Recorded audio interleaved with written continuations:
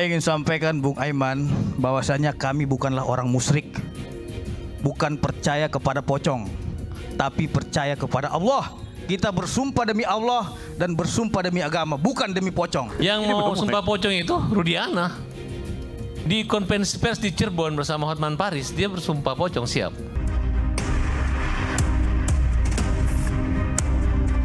Kamu percaya kata bahwa dia disiksa dengan minum air kencing? Iya, saya juga di situ, Pak. Saya di situ sama disiksa, Pak. Minum air kencing. Saya minum satu gelas, Kakak satu gelas, semuanya satu gelas, Pak. Apa benar disiksa makanya mau ngaku? Tidak ada. Tidak ada. Tidak. Dan polisi masih utuh. Bukannya utuh, tidak ada penganiayaan.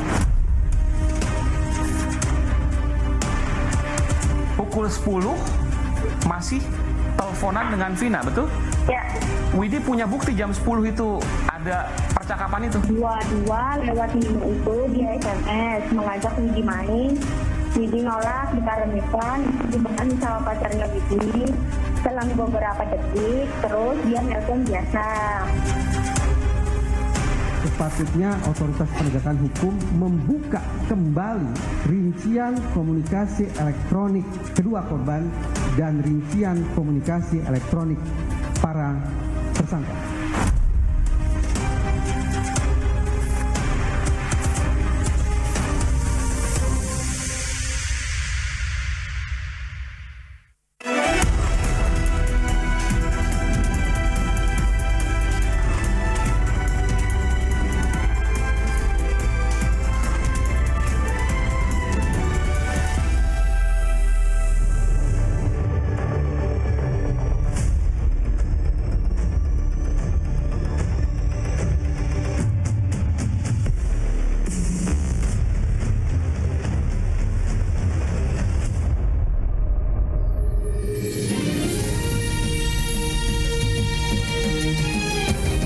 Disiarkan langsung dari studio MNC Conference Hall Ainus Tower, Jakarta.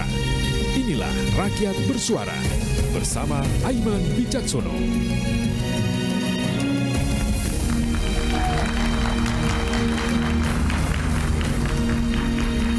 Selamat malam. Saya harus mengatakan bahwa episode ini adalah episode terakhir. Kita memainkan topik kasus Eki dan Vina. Setidaknya dalam beberapa waktu ke depan. Kami, Rakyat Bersuara, segenap kerabat kerjanya, terus menghadirkan selama 11 pekan tanpa henti untuk mengawal kebenaran. Apa yang sesungguhnya terjadi? Apa yang terjadi pada kasus Vina, kematian Eki, dan benarkah kasus ini telah diadili dengan benar atau sebaliknya sesat? Tapi kami tidak akan pernah diam. Kami akan terus bersuara untuk mengatakan kebenaran, mengawal perjalanan setiap kasus yang menjadi perhatian dan membutuhkan nurani untuk menjawabnya. Saya Aiman Wicaksono, inilah Rakyat Bersuara.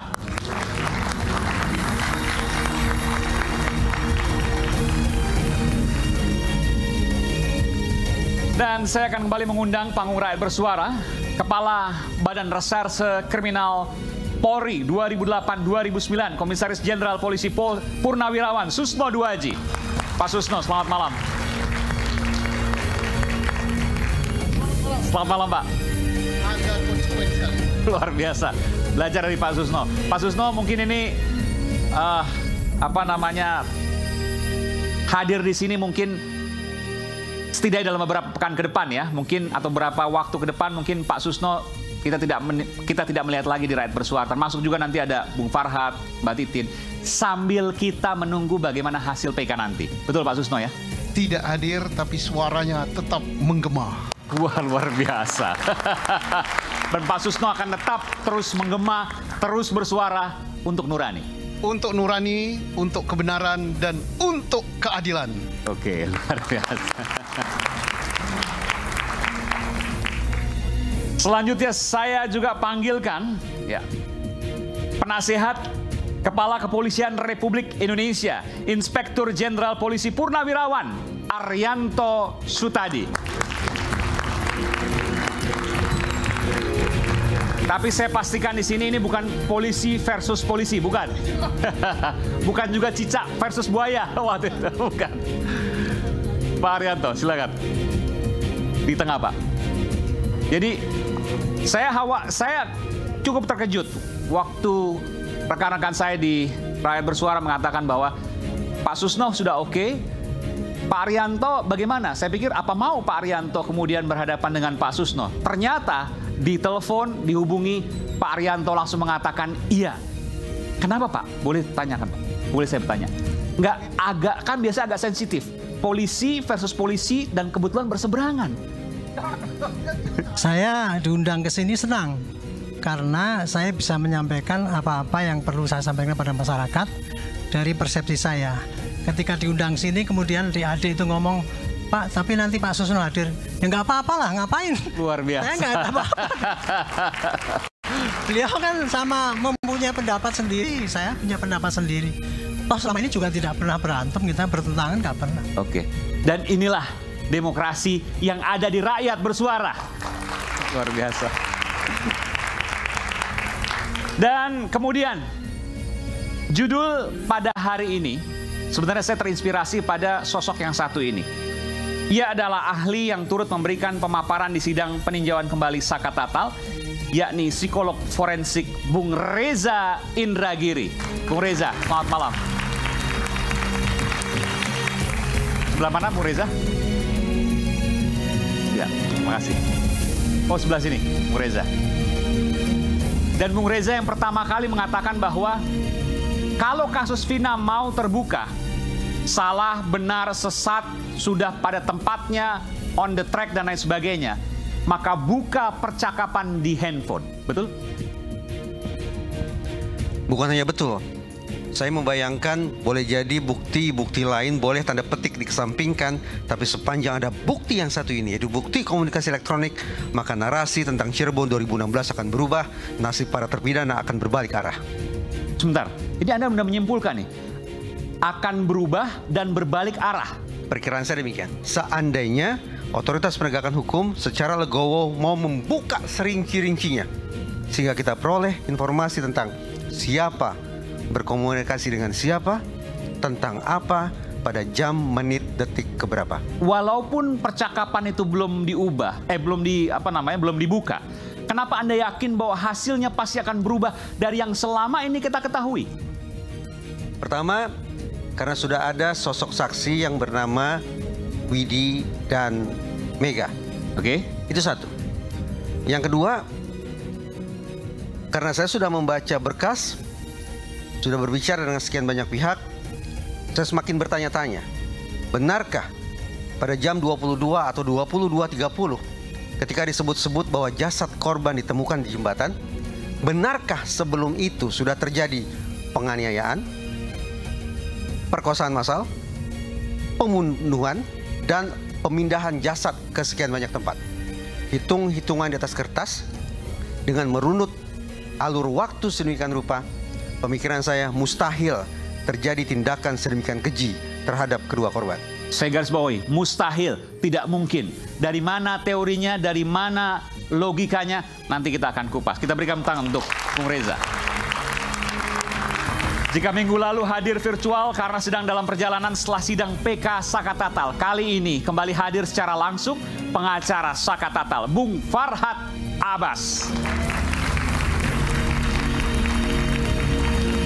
Dan Bung Farhad ini adalah narasumber terlapor, betul ya? Terlapor. Oke. Jadi nggak apa-apa karena ini terlapor kebetulan di iNews juga, betul Bung Farhad ya? Di pernyataan Anda di iNews waktu itu diinterupsi dan Anda terlapor karena juga saat membahas kasus ini, nggak ada masalah tuh. Kita nggak takut. Nggak takut, mau 1000 yang lapor itu nggak takut selama membela kebenaran. Oke. Dan saya tekankan lagi sebelum kita diskusi, kita hari ini mengirimkan surat menantang Rudiana untuk sumpah pocong. Sumpah pocong? Ya. Maksudnya? Dia bersumpah bahwa dia tidak melakukan penganiayaan dan yang bunuh itu adalah anaknya, bukan anaknya. Dia Dia tidak, pertama ada dua hal ya. Ia bersumpah bahwa ia tidak melakukan penganiayaan, penyiksaan terhadap para tersangka waktu itu. Iya. Yang kedua, anaknya itu sebenarnya yang menuduh itu bukan anaknya, saya nggak tahu. Dia katanya yang mati itu adalah anaknya. Dia siap sumpah pocong. Oke. Tapi harapan kita adalah dia untuk sumpah pocong bahwa dia bukannya merekayasa, bukannya mengarahkan, dan bukannya menyiksa. Oh, fokusnya di situ. Ya, jadi kalau soal hari Jumat kita ke kota Cirebon untuk melaksanakan ritual dan Saka dan teman-teman lain siap untuk sumpah pocong. Iya, tapi saya mau tanya soal ini. Oke, nanti soal sumpah pocong saya mau tanyakan. Tapi saya tanya soal ini. Saya mendengar juga bahwa ada pernyataan yang menyatakan bahwa Eki bukan anak kandung dari Rudiana. Itu siapa yang mengatakan? Saya nggak tahu. Itu kalau itu kita udah pastikan itu anaknya dia. Oh, Anda pastikan itu anaknya dia. Dan sumpah pocongnya itu terkait dengan bahwa dia tidak melakukan penganiayaan, penyiksaan maupun rekayasa dalam kasus ini. Harusnya begitu. Dan Anda meyakini bahwa Rudiana melakukan itu? Rudiana tidak akan berani sumpah pocong. Dia hanya gertak aja. Karena? Ya karena memang apa yang disaksikan oleh korban-korban terpidana dan saksi-saksi lainnya, bahwa Rudiana lah yang mengarahkan dan Rudiana lah yang menyiksanya. Dan sumpah pocong setahu saya itu ada diatur di KUHP baru, betul ya? Wah, sebagai hukum adat maksud saya. Dari dulu udah ada sumpah. Jadi namanya ya sumpah itu merupakan satu keyakinan hakim aja untuk menerima. Dan Anda kalau seandainya memang seperti itu, nanti kebetulan ada pengacara dari Pak Rudiana, ada Bung Pitra di sini, nanti saya akan panggilkan. Sekalian dengan pengacara Rudiana juga ikut sumpah pocong juga sekalian. Oke. Bahwa mereka bukan punya niat untuk menutupi kan? Jadi sumpah pocong itu digunakan kain kafan seperti pocong begitu ya? Ya kalau ekstrimnya seperti itu, tapi menurut saya yang penting dia ke masjid dan dia bersumpah jika dia berbohong. Kalau jangan diberi kesembuhan jika dia sakit dan jangan diberi kehidupan kalau hidupnya hanya berbohong saja. Dan Anda meyakini bahwa Rudiana tidak akan berani soal itu? Tidak akan berani. Oke, baik. Nanti kita akan buktikan soal pernyataan Anda. Kemudian pengacara 6 terpidana kasus pembunuhan Vina dan Eki, Bung Jutek Bongso. Oke. Terima kasih, Jutek. Sebelah sini. 6 terpidana, ya. Ini juga akan melakukan PK juga. Ada rencana nanti? Ya, dalam waktu dekat. Oke. Ya, mudah-mudahan minggu depan kami sudah daftarkan PK itu. Oh ya, langsung? Iya. Padahal belum tahu ini hasilnya apa. Kami sudah mengumpulkan 3 alat bukti novum, kehilafan hakim, dan juga hal yang saling bertentangan di dalam putusan. 3-tiganya kami dapatkan. Ini luar biasa, tanpa menunggu keputusan MA, Mahkamah Agung, atas PK Saka Tatal, 6 terpidana kasus Vina yakin bahwa akan mengajukan PK dan akan menang. Yakin? Setelah kami menganalisa dari novum, dari putusan, dari perkembangan yang ada, maka kami meyakini tanpa menunggu itu putusan proses hukum yang sedang berjalan LP yang kami laporkan di Mabes Polri ataupun terhadap putusan PK oleh Saka Tatal, maka kami yakin dengan novum, dengan hal-hal yang kami hadirkan, kami akan buktikan bahwa para terpidana yang saat ini mendekam di penjara tidak bersalah. 6 orang ya? Karena kami kuasa 6 orang, dari 7 ada 1 yang tidak kami itu? pegang, Sudirman. Oh, Sudirman beda ya? Ya, Sudirman tidak kami menjadi kuasa hukumnya. Selain Sudirman, maka 6 kami akan mengajukan PK. Saya tidak tahu Sudirman, karena sampai saat ini pun orang tuanya adalah klien kami, memberikan kuasa kepada kami. Tapi sampai hari ini, detik saya duduk di sini, saya pun sebagai kuasa dari orang tuanya untuk bertemu dengan Sudirman, sampai hari ini kami belum dapat bertemu. Baik, baik. Kita tunggu nanti PK-nya, pengajuannya pekan depan ya. Harinya belum tahu. Belum tahu. Oke, kita tunggu nanti. Ya, terima kasih. Baik. Kemudian last but not least, pengacara Inspektur 1 Polisi Rudiana dan juga AEP, Bung Pitra Romadoni. Saya terkesima dengan mawarnya Bung Pitra. Boleh diceritakan apa arti mawar Anda? luar biasa ini. Mutar luar biasa ini. Oh, silakan pakai mic Bung Pitra. Jadi ceritakan dulu soal mawarnya itu, mawar merah. Bung Aiman, mawar merah ini adalah lambang keteguhan hati. Oke. Sekali kita membela orang, selamanya akan kita bela. Yang dibela bukan tentang kebenaran ataupun kesalahan, tapi hak-hak dia untuk mendapatkan hukum yang adil dan mempunyai kepastian hukum yang sesuai dengan ketentuan hukum kita. Anda adalah pengacara dari Ibtu Rudiana, betul ya? Dan tadi disampaikan, Ibtu Rudiana tidak akan berani sumpah pocong untuk mengatakan bahwa dia tidak melakukan penyiksaan terhadap para tersangka pada 2016 lalu. Dan dia juga tidak melakukan cawe-cawe, tidak melakukan rekayasa terkait dengan kasus ini. Bung Farhad mengatakan nggak akan berani. Bayangan saya karena kesannya adalah bahwa Pak Ibtu Rudiana melakukan apa yang disampaikan tadi. Bagaimana tanggapan Anda? Saya ingin sampaikan Bung Aiman, bahwasanya kami bukanlah orang musyrik. Bukan percaya kepada pocong, tapi percaya kepada Allah. Kita bersumpah demi Allah dan bersumpah demi agama, bukan demi pocong. Seperti itu. Itu jawaban saya. Oh, maaf Bang Aiman. Yang mau sumpah pocong itu Rudiana. Di konferensi pers di Cirebon bersama Hotman Paris, dia bersumpah pocong, siap. Jadi kita tantang, kita kirim surat resmi untuk melaksanakan niat dan jadi jangan Rudiana mau sumpah pocong terus pengacara. Saya sudah sampaikan terkait dengan sumpah pocong itu tidak ada. Yang ada sumpah demi Allah, itu yang ada. Dan di pengadilan juga tidak ada sumpah pocong, tapi sumpah berdasarkan keyakinan dia. Agama Kristen sesuai dengan agama Kristen, agama Islam sesuai dengan agama Kristen di bawah Al-Quran. Seperti itu. Jadi kalau dibilang sumpah pocong, itu saya bilang klien saya no. Seperti itu. Jadi sudah dikoreksi maksudnya. Takut untuk, ya, takut. Untuk agama, untuk agama. Udah takut itu. Bukan takut, untuk agama dan demi Allah, ya beliau bersedia saja. Oke. Dan itu ya disampaikan di muka persidangan, bukan untuk trial BDP. Dan apa yang tudingan tadi bahwa Rudiana melakukan penyiksaan, Rudiana melakukan rekayasa dalam kasus ini, semuanya itu bohong. Iya. Itu bohong. Ya. Oke, baik. Nanti kita akan buktikan apa yang kemudian disampaikan, bagaimana kemudian data-data yang bisa disampaikan. Ada juga Bu Titin di sini. Selamat malam Bu Titin. Ada juga Saka, selamat malam Saka. Terima kasih telah hadir Rakyat Bersuara. Dan Aldi, Rivaldi, betul ya? Oke, baik. Dan ada beberapa teman Saka juga di sana. Baik, kita akan simak dulu informasi yang satu ini. Berikut ini, pemirsa. Sidang peninjauan kembali Saka Tatal di Pengadilan Negeri Jawa Barat rampung. 9 saksi dan 7 ahli telah memberikan kesaksian dan pemaparan. Saat bersaksi, Rivaldi, sepupu Saka menyatakan dirinya bersama terpidana lain disiksa oleh anggota polisi termasuk ayah Eki, Ibtu Rudiana. Percaya kata Saka tetap boleh disiksa dengan minum air kencing. Iya saya juga di situ Pak. Saya di situ sama disiksa Pak.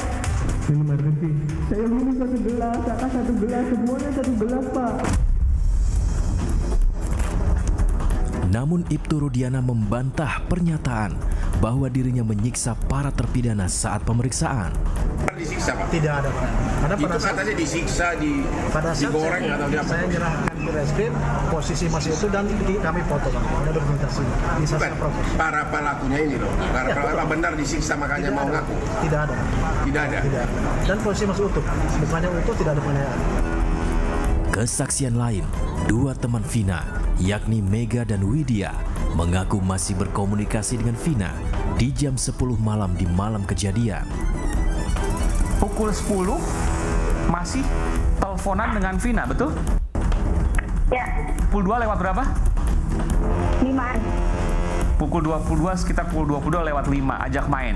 Setelah itu kaget dong. Tiba-tiba di hari itu ditemukan meninggal. Jadi pas ngajak main itu selang berapa sih Pak? Jadi dalam hitungan detik dia langsung nelpon biasa aja. Sementara saksi lain yakni Suroto mengaku menemukan Vina dan Eki terkapar di Jembatan Talun di malam kejadian 27 Agustus 2016 pukul 22.15 waktu Indonesia Barat. Pukul berapa Pak Suroto ketemu Vina? 22 lebih kurang lebih 15 menitan. Oke, ini tepat juga ini. Masih ingat? Kok bisa ingat? Tepat betul. Dari mana? Betul. Karena jam 9 itu saya patroli di wilayah kami, BO-per itu masih keadaan aman. Saat memberi pemaparan di sidang PK Saka, psikolog forensik Reza Indragiri mendorong agar penyidik membuka isi percakapan di telepon genggam Vina, Eki, dan para terpidana agar kasus kematian Vina Eki ini terang benderang. Sepatutnya otoritas penegakan hukum membuka kembali seutuh-utuhnya rincian komunikasi elektronik kedua korban dan rincian komunikasi elektronik para tersangka. Mengapa penyidik belum juga membuka isi HP Vina, Eki, dan para terpidana? Dan benarkah musabab kematian Vina Eki akan terbongkar jika percakapan di telepon genggam dibuka?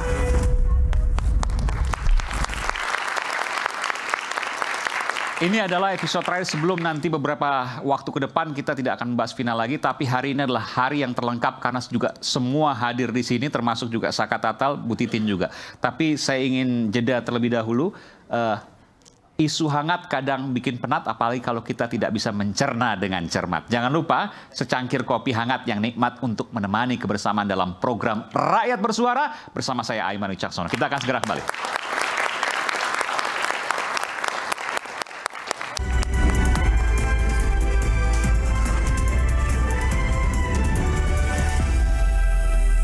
Pada waktu Saka itu diperiksa, Ibtu Rudiana ikut memeriksa Saka. Pokoknya dari pertama penangkapan itu di 31 Agustus Saka baru nyampe depan SMS 11 sudah dipukulin. Nyampe masuk mobil juga masih dipukulin. Berapa orang waktu itu polisi di sana? 4 itu sama Rudiana. Ibtu Rudiana sempat memukul Saka juga? Terus juga sampai muka tuh dibikin asbak. Muka dibikin asbak? Iya, jadi dari rokok yang nyala? Dari rokok yang nyala. Di mana? Sebelah mana? Semua jadi dari muka tapi ke telinga. Janganlah kita menggiring opini Rudiana melakukan penyiksaan sebelum adanya putusan yang berkurang hukum tetap terhadap beliau. Itu namanya kita main hakim sendiri. Perbuatan pidana. Perbuatan pidana itu lapornya kemana? Ya ke polisi. Tidak ada, kalian tuh hanya ngomong-ngomong aja. Hanya gitu loh. Bukan ngomong-ngomong kesalahan aja. Kalian udah terungkap. Anda percaya nggak penegak hukum? Sudah terungkap bahwa Anda ini seorang penegak hukum. saksi-saksi ahli dan saksi harusnya fakta yang Anda kita percaya kepada tampilkan di polisi, situ. jaksa, Mendukung. pengadilan. Dan ada Bukan kezaliman di situ. menghakimi.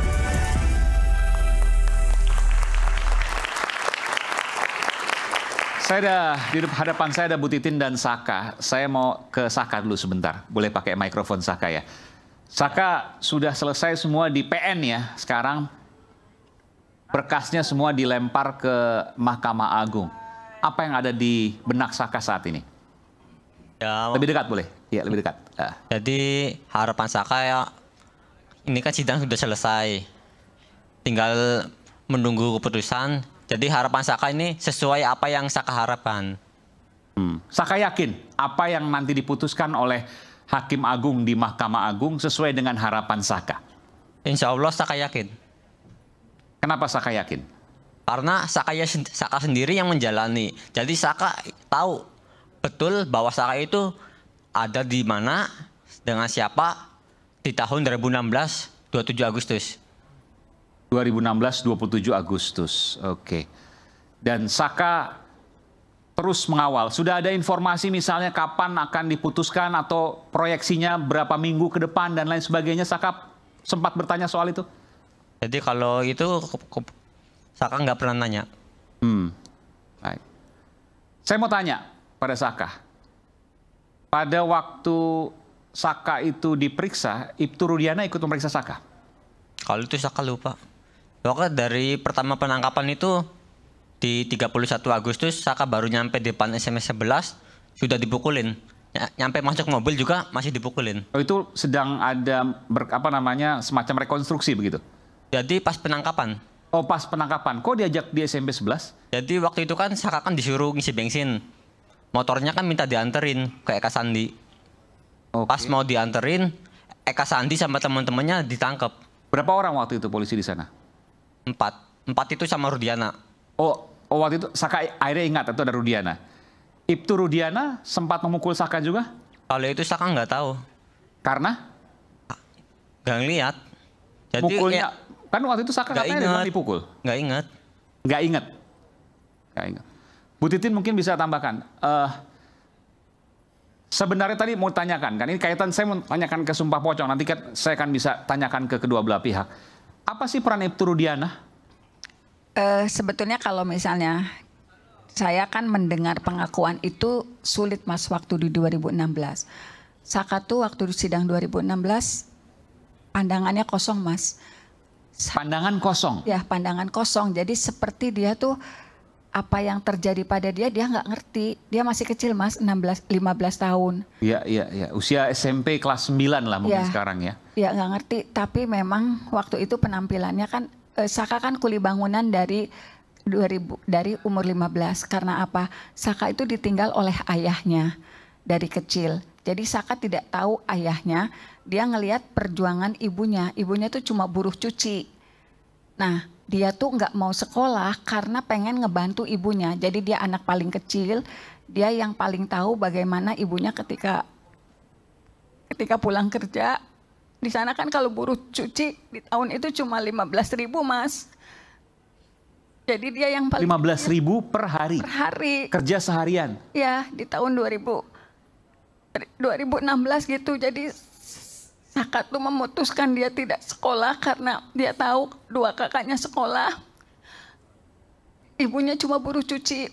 Itu 30.000 tuh udah paling gede banget. Makanya dia waktu itu mutusin kerja jadi kuli bangunan. Waktu kejadian itu dia sebetulnya sampai dia keluar kota. Karena kalau keluar kota kan upahnya lebih besar daripada di Cirebon. Dia tuh keluar kota, kemudian dia baru pulang waktu itu. Dia baru pulang karena usia 15 tahun, tapi pergaulannya dia pekerjaan orang dewasa, penampilannya memang seperti itu. Ngangkut batu, ngangkut semen, dan lain sebagainya. 15 tahun tuh kelas 3 SMP, kelas 9 itu. Ya. Penampilannya tuh seperti itu, jadi dia rambutnya gondrong karena kan pergaulannya dengan orang dewasa, pakai baju robek-robek gitu, terus dia pakai anting. Mungkin tapi dari tinggi badan dia tinggi dibanding Sudirman. Kan saya tahu banget gimana Saka waktu itu, gimana Sudirman. Ibu mendampingi sejak awal ya, Bu Titin. Ya, tetapi yang dia memang tinggi badannya. Jadi waktu sidang tuh saya kan sebetulnya sudah dapat kuasa dari 7 terpidana, 7 tersangka waktu itu sejak tanggal 31. Jadi surat itu saya terima dari orang tuanya ketika ditangkap, mereka pada malam hari datang ke rumah saya. Gitu, datang ke kantor gitu. Kemudian tanggal 3. Termasuk Pak Rudiana, Bu Titin? Bukan, orang tua yang ditangkap datang ke rumah. Oke, pada waktu itu kan Ibu mendampingi, betul ya? Saya hanya menerima kuasa dari orang tuanya, kemudian saya mencantumkan nama yang ditangkap, kemudian saya datang ke Polres Kota Cirebon pada tanggal 2, tanggal 3. Ada Pak Rudiana di situ waktu itu? Tidak ada, saya waktu itu komunikasinya, saya dapatkan kuasa, kemudian karena saya juga di situ dekat dengan anggota kepolisian dari Polres Cirebon Kota, surat kuasa itu diambil, ditandatangani, tapi Mbak Titi nanti besok diambil kembali. Jadi semua sudah ditandatangan sebetulnya. Tapi saya tidak bisa mendampingi sampai saya ketemu Saka di tanggal 16 September 2016 atau 3 minggu setelah Saka ditangkap dan kondisinya waktu itu masih kelihatan luka, tapi dia nggak bisa komunikasi. Kenapa nggak bisa komunikasi? Ya mungkin dia shock Mas, dia 15 tahun, tiba-tiba ditangkap, dipukulin, dia juga sendiri, informasi. Trauma berat waktu itu? Karena gini, informasi matanya di staples. Matanya? Matanya di staples. Matanya di kelopak matanya? Ya, kelopak matanya di staples. Bentar, matanya di staples? Dulu, iya. Ini baru lagi, belum pernah saya dengar. Jadi banyak yang lupa. Mata di staples, jari didudukan kaki kursi lalu didudukan kursinya? Iya. Jadi mata cetek gitu, masuk ke dalam besinya itu? Jadi nggak nyampe tembus juga. Terus juga sampai muka tuh dibikin asbak. Muka dibikin asbak? Iya, jadi... Dari rokok yang nyala? Dari rokok yang nyala. Di mana, sebelah mana? Semua jadi dari muka tapi ke telinga. Harusnya kan bekas, tapi nggak bekas saya lihat. Udah lama sembuh. Tapi harusnya, maksudnya begini, itu melepuh waktu itu? Melepuh. Di sebelah mana? Kalau itu nyampe di telinga-telinga, sampai di sini mata. Iya, harusnya kan ada bekasnya. Saya tidak melihat ada bekas tapi. Yang terakhir kan di sebelah sini nih. Bekasnya cuma kan cekong, beda. Oh, itu ada titik begitu? Iya. Oke. Cekong. Tapi abunya disebar di muka. Dikusek di muka, bukan di matanya. Ini ada beberapa legok, itu juga termasuk. Oke. Kalau yang staples bagaimana? Ya kalau staples kan kalau saya nggak ingat. Saking banyaknya bentuk dari siksaan. Iya. Oke. Cuman kami di Cirebon kan mendengar informasi itu, tapi kan kita susah buktikan, Mas. Karena saya juga dari tanggal 31, 2, 3 sudah terima surat kuasa, tapi saya baru ketemu Saka tanggal 16 September 2016. Dan sepanjang itu, Bu Titin tidak pernah menemukan sosok Ibtu Rudiana? Tidak pernah, kecuali di sidang pertama. Oke, baik. Saya ke Bung Farhat. Artinya Ibtu Rudiana ikut menyiksa, ikut mengarahkan dan lain sebagainya. Bu Titin mengawal dari awal, nggak pernah ketemu Ibtu Rudiana. Ya kan, proses kejadian kematian tanggal 27 Agustus, kemudian 3 hari kemudian Rudiana ke Polsek dan melihat katanya motornya nggak rusak. Kemudian dia melakukan penyisiran, ketemulah Aib dan Dede. Makanya di TV kita lihat Rudiana mengatakan, kamu yakin pembunuhnya? Mereka, iya saya yakin setelah mendengar keterangan Dede dan Aib. Ya. Langsung ditangkap pada tanggal 31 tersebut. Waktu mereka kan ini anak-anak ini tiap malam nongkrong di situ. 28, 29, 30, 31 nongkrong. Nah, karena informasinya tanggal 31 nongkrong lagi, akhirnya ditangkaplah mereka. Nah, disitulah mulai penyiksaan intimidasi. Dan sejak ditangkap tanggal 31 sampai 16 September 2016 itu tidak pernah Ibu Titin sebagai kuasa hukum mendampingi mereka. Nah, jadi disitulah Anda menduga Ibtu Rudiana berperan banyak di situ. Ya karena pada saat penangkapan hari kedua atau ketiga itu langsung dilimpah sama Polda. Jadi peran Rudiana situ sudah tidak ada lagi. Dia hanya penangkapan, penyiksaannya di situ dan pengarahan. Dan terbukti bahwa keterangan Liga Akbar, Teguh dan Dede yang mengarahkan perjawaban segala macam dan menghadirkan saksi palsu, saksi bohong itu adalah Rudiana. Itu yang kita tentang tuh Pak Pocong. Anda jangan menuduh orang, itu namanya menuduh. Ini pengakuan di pengadilan. Jadi saya ingatkan saudara. Pengakuan di pengadilan, bukan kita tuduh ya. Ini makanya nonton sidang. Saya ingatkan itu. Silakan, kan sudah melaporkan. Saya ingatkan saudara. Kamu nggak perlu ngingatin saya. Bukan, artinya karena kita nggak boleh menuduh sebelum adanya putusan yang telah kesaksian di pengadilan. Saksian siapa? Saksian siapa? Liga Akbar. Kemudian kesaksian Teguh. Kemudian kesaksian daripada Dede di depan Pradi. Dan menyebut Ibtu Rudiana. Jelas menyebut nama Rudiana. Jadi nggak bisa kita yang menuduh. Itu sudah fakta di pengadilan. Walaupun orang menyebut sebelum adanya putusan yang berkekuatan hukum tetap terhadap seseorang itu diadili, tidak boleh kita menuduh sesuatu. Itu teori. Pada intinya bukan namanya masalah teori, itu moral justice telah berlaku di negeri ini. Dan masyarakat menyaksikan begitu biadabnya penyidikan saat itu. Sehingga kita menunggu keputusan keadil dari Mahkamah Jangan asal menuduh Agung. orang. Kalau memang dia melakukan itu silahkan laporkan. Kamu hanya bisa berteriak begitu. Teriakanmu itu tidak berkualitas. Tidak berkualitas. Kalau seandainya dan kesaksian di pengadilan. Begini Bung Aiman. Saya mau tanya, kalau seandainya memang melakukan seperti itu, laporkan. Itu jelas itu. Bisa dilaporkan. Kalau memang ada pelanggaran yang dilakukan oleh klien kami, silakan lakukan sesuai dengan proses hukum. Jangan menghakimi seseorang, jangan mengadili seseorang, gitu loh. Beliau ini kan sudah pernah diperiksa oleh tim asistensi dan sudah 6 kali juga diperiksa oleh tim asistensi. Dan melalui Pak Sandi di Pisumas Mabes Polri mengatakan tidak ada pelanggaran SOP yang beliau lakukan. Dan perkara ini juga kan sudah dilaporkan oleh rekan dari Jutek Bongso. Dan sampai saat ini belum ada putusan yang berkuat hukum tetap bahwasanya yang bersangkutan melakukan penyiksaan. Jadi janganlah kita menggiring opini Rudiana melakukan penyiksaan sebelum adanya putusan yang berkuat hukum tetap terhadap beliau. Itu namanya kita main hakim sendiri. Kita ini mau percaya pengadilan atau percaya asumsi-asumsi seperti itu. Tidak boleh. Kita harus menghargai orang. Tapi sebenarnya jangan diarahkan ke situ. Gitu. Ketika ini kan baru terkuak, baru terungkap ada yang mencabut, baru di pengadilan. Terkuak yang mana? Pertanyaannya kan belum saksi-saksi yang mengaku nanti kalau dan memang merasa ada nanti nggak jelas masalah bilang oh saya dipukuli masalah itu nanti putusan pengadilan nomor 2 yang jelas saksi itu sudah mencabut resmi di pengadilan proses, kalau dan memang sudah ada menyatakan ini gitu merupakan kenyataan baru dia dan mereka mengarahkan dia. Apalagi mau nunggu sidang lagi, sedangkan mereka terus dihukum seumur hidup. Yang namanya penganiayaan itu adalah perbuatan pidana. Perbuatan pidana itu lapornya kemana? Ya ke polisi. Tidak ada, kalian hanya ngomong-ngomong aja, hanya gitu loh. Bukan ngomong-ngomong aja. Kalian udah terungkap. Anda percaya nggak penegak hukum? Sudah terungkap bahwa Anda ini seorang penegak hukum. Saksi-saksi ahli dan saksi fakta harusnya yang Anda kita percaya kepada tampilkan di polisi, situ kejaksaan, mendukung pengadilan. dan ada kezaliman di situ. Saya ke Pak Arianto.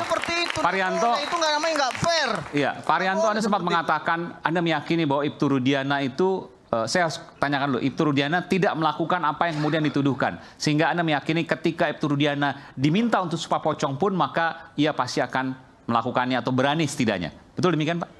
Enggak, jadi gini.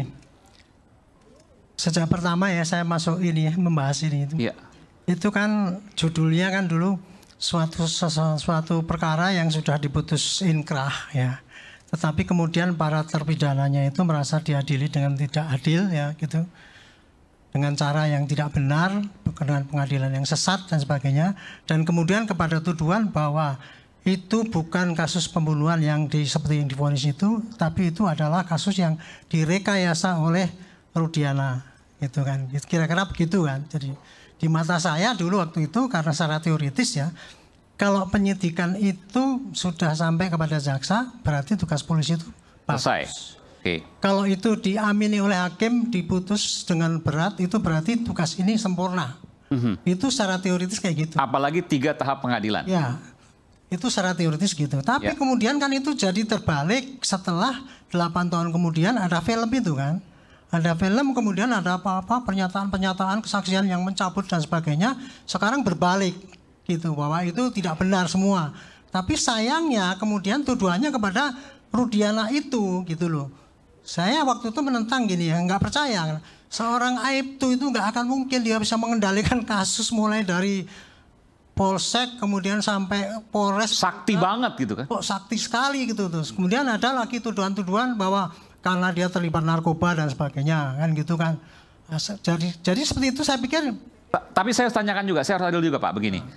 Oke, tidak bisa melakukan, tapi membiarkan ia masuk ke dalam kasus dan kemudian melakukan katakanlah sesuatu gitu dalam kasus itu karena anaknya ini kemudian menjadi jiwa katakanlah ya misalnya bahwa ya ini kan anaknya teman saya ya silahkan kalau dia masuk, mungkin nggak seperti itu Pak? Itu dugaan umum pasti seperti itu kan. Makanya saya tanyakan kepada dia, ini saya baru bisa kontak dengan Rudiana itu baru seminggu yang lalu. Oke. Nah, selama ini saya ngomong ya belain dia, kepentingan dia itu. Apa pertanyaan Pak Arianto pertama kali ke Rudiana? Ibtu Rudiana. Saya kan minta tolong telepon ya, menarik ini. Kasih tahu, terus saya telepon dia nggak ada, terus dia telepon balik, saya telepon balik, Rud, Anda itu ya punya perkara, saya bilang itu. Selama ini tahu nggak? Kalau saya ngomong di TV itu saya nggak pernah dapat input dari mana-mana, dari Polda juga nggak dapat, dari Anda juga nggak dapat. Itu berdasarkan analisis saya sendiri aja kan gitu kan. Nah sekarang Anda kan dituduh kayak gitu. Anda kenapa nggak mau muncul gitu kan saya bilang tuh. Kalau saya dari Anda ya saya akan tampil di depan media, akan saya tantangin orang yang menuduh saya itu. Tapi kalau memang Anda jujur ya, saya dulu juga pernah kayak gitu, sering sumpah-sumpah kayak gitu. Demi membela kejujuran saya berani bersumpah, bahkan taruhannya adalah anak saya bilang gitu. Kalau seandainya saya tidak, singkatnya gini ya, kalau seandainya saya tidak jujur ya, biarlah anak saya dilaknat gitu. Tapi seandainya saya jujur dan Anda menuduh, anak Anda yang dilaknat Tuhan. Berani nggak kamu ngomong di media gitu? Berani saya gitu. Jadi jawaban Pak Rudiana? Ya, tapi yang penting kamu jujur aja. Iya Pak, saya emang gitu. Dia ngomong gitu. Saya jujur gitu ya? Iya. Jadi kalau Anda jujur, tampil di media. Makanya kan kemarin kan, kemarin itu tampil dengan sendirinya. Nggak tahu itu karena saya sarankan atau memang waktunya pas dia tampil, saya nggak ngerti. Tapi yang jelas Anda jangan ngumpet, tampil di media. Wong polisinya sekarang kan digebukin banyak gara-gara Anda, saya bilang itu. Gara-gara mempertahankan Anda katanya gitu. Tapi Anda sendiri nggak mau keluar kan, jadi semua. Dan Pak Arianto meyakini bahwa Ibtu Rudiana, waktu itu Aibtu ya, masih Bintara. Aibtu Rudiana tidak akan mungkin bisa sesakti itu melakukan apapun yang dituduhkan saat ini. Perkiraan saya seorang Aibtu tidak akan mungkin bisa merekayasa kasus itu ya, sampai ke tingkat Polres, sampai ke tingkat Polda, sampai ke tingkat hakim dan sebagainya. Oke, itu satu hal. Tapi bahwa kemudian mempengaruhi saksi-saksi Liga Akbar, DD dan lain sebagainya, kan mungkin saja. Kalau perkiraan saya ya waktu itu ya, karena dia ngakunya apa sama saya kan gini, ya Pak, ketika itu kan saya dapat anak saya meninggal gini, kemudian saya mengadakan penyidikan, saya dapat penyelidikan ya, saya dapat informasi dari Asep itu, kemudian cerita begitu, kemudian 3 hari kemudian saya ambil dengan anak-anak buah saya hanya kira 15 menit Pak, saya interogasi, kamu mukulin enggak? Dipukulin? Enggak, dia bilang gitu. Terus kemudian diserahkan ke Polres. Habis itu dia bikin LP dan kemudian setelah itu penyidikan selanjutnya oleh Polresta. Sampai selanjutnya dia nggak ngikutin dalam penyidikan itu. Nah kalau dia ceritanya kayak gitu kan mana mungkin dia mengendalikan itu. Tapi kalau mempengaruhi saksi-saksi bisa saja kan Pak Arianto? Mempengaruhi saksi-saksi? mohon maaf, DD, Liga Akbar. Saksi Pak meskipun dipengaruhi ya Pak, tapi akhirnya kan saksi itu nanti akan disidang. Di sidang kan sudah lepas daripada pengaruh yang lain-lain. Sedangkan di sidang pengakuan daripada 8 orang itu masih tetap sama itu. Itulah yang saya menjadi ragu ya. Bukannya saya bela Rudiana. Artinya apapun yang ditarik saat ini, setelah 8 tahun kemudian, itu patut dicurigai. Bahwa itu bukan yang sebenarnya, yang saat ini. Maksudnya gimana? Kan Liga Akbar baru menarik pernyataannya setelah 8 tahun kemudian. Enggak, saya menjawab tadi pertanyaan Pak Aiman ya. Apakah mungkin Rudiana itu mempengaruhi saksi kan gitu ya? Iya. Menurut Liga Akbar kan iya. Saya pikir ya dia mungkin bisa saja ketika saat dia nangkap, tapi setelah dia lepas diserahkan kepada reserse, nggak akan mungkin Rudiana itu akan memaksakan supaya ini sampai ngaku di pengadilan itu. Estimate saya kan nggak akan mungkin itu terjadi. Pasti kalau saat itu di pengadilan pun akan berbelok. Pasti kembali Pak, itu kalau kan nggak dibahas. Oke, ini logikanya ya. Logikanya kayak gitu. Baik. Kita akan kembali saat lagi, tetap bersama kami Rakyat Bersuara.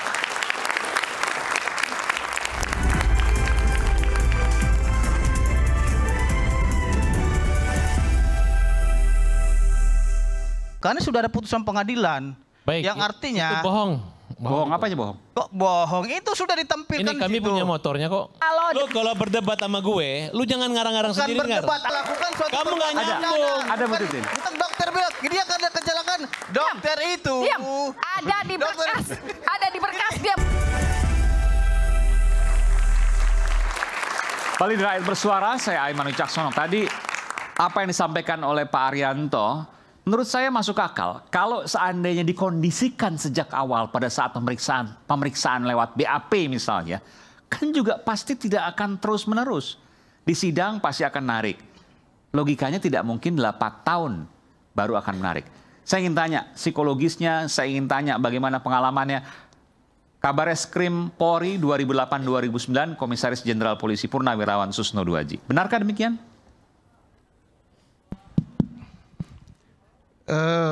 Ada pepatah Melayu mengatakannya, dalam laut bisa diduga, dalam hati siapa tahu.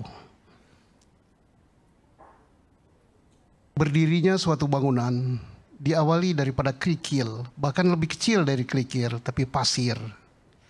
Pasir itulah yang membuat gedung bisa menjadi lantai 120, bahkan di Burj Khalifa dia hampir setengah kilometer tingginya ke atas, itu karena pasir. Nah, sama dengan peristiwa ini. Kita nggak tahu dalam hati Rudiana, kita hanya menerka-menerka. Kita berasumsi, ya sebaiknya kita tidak berasumsi, tapi kita lihat fakta saja.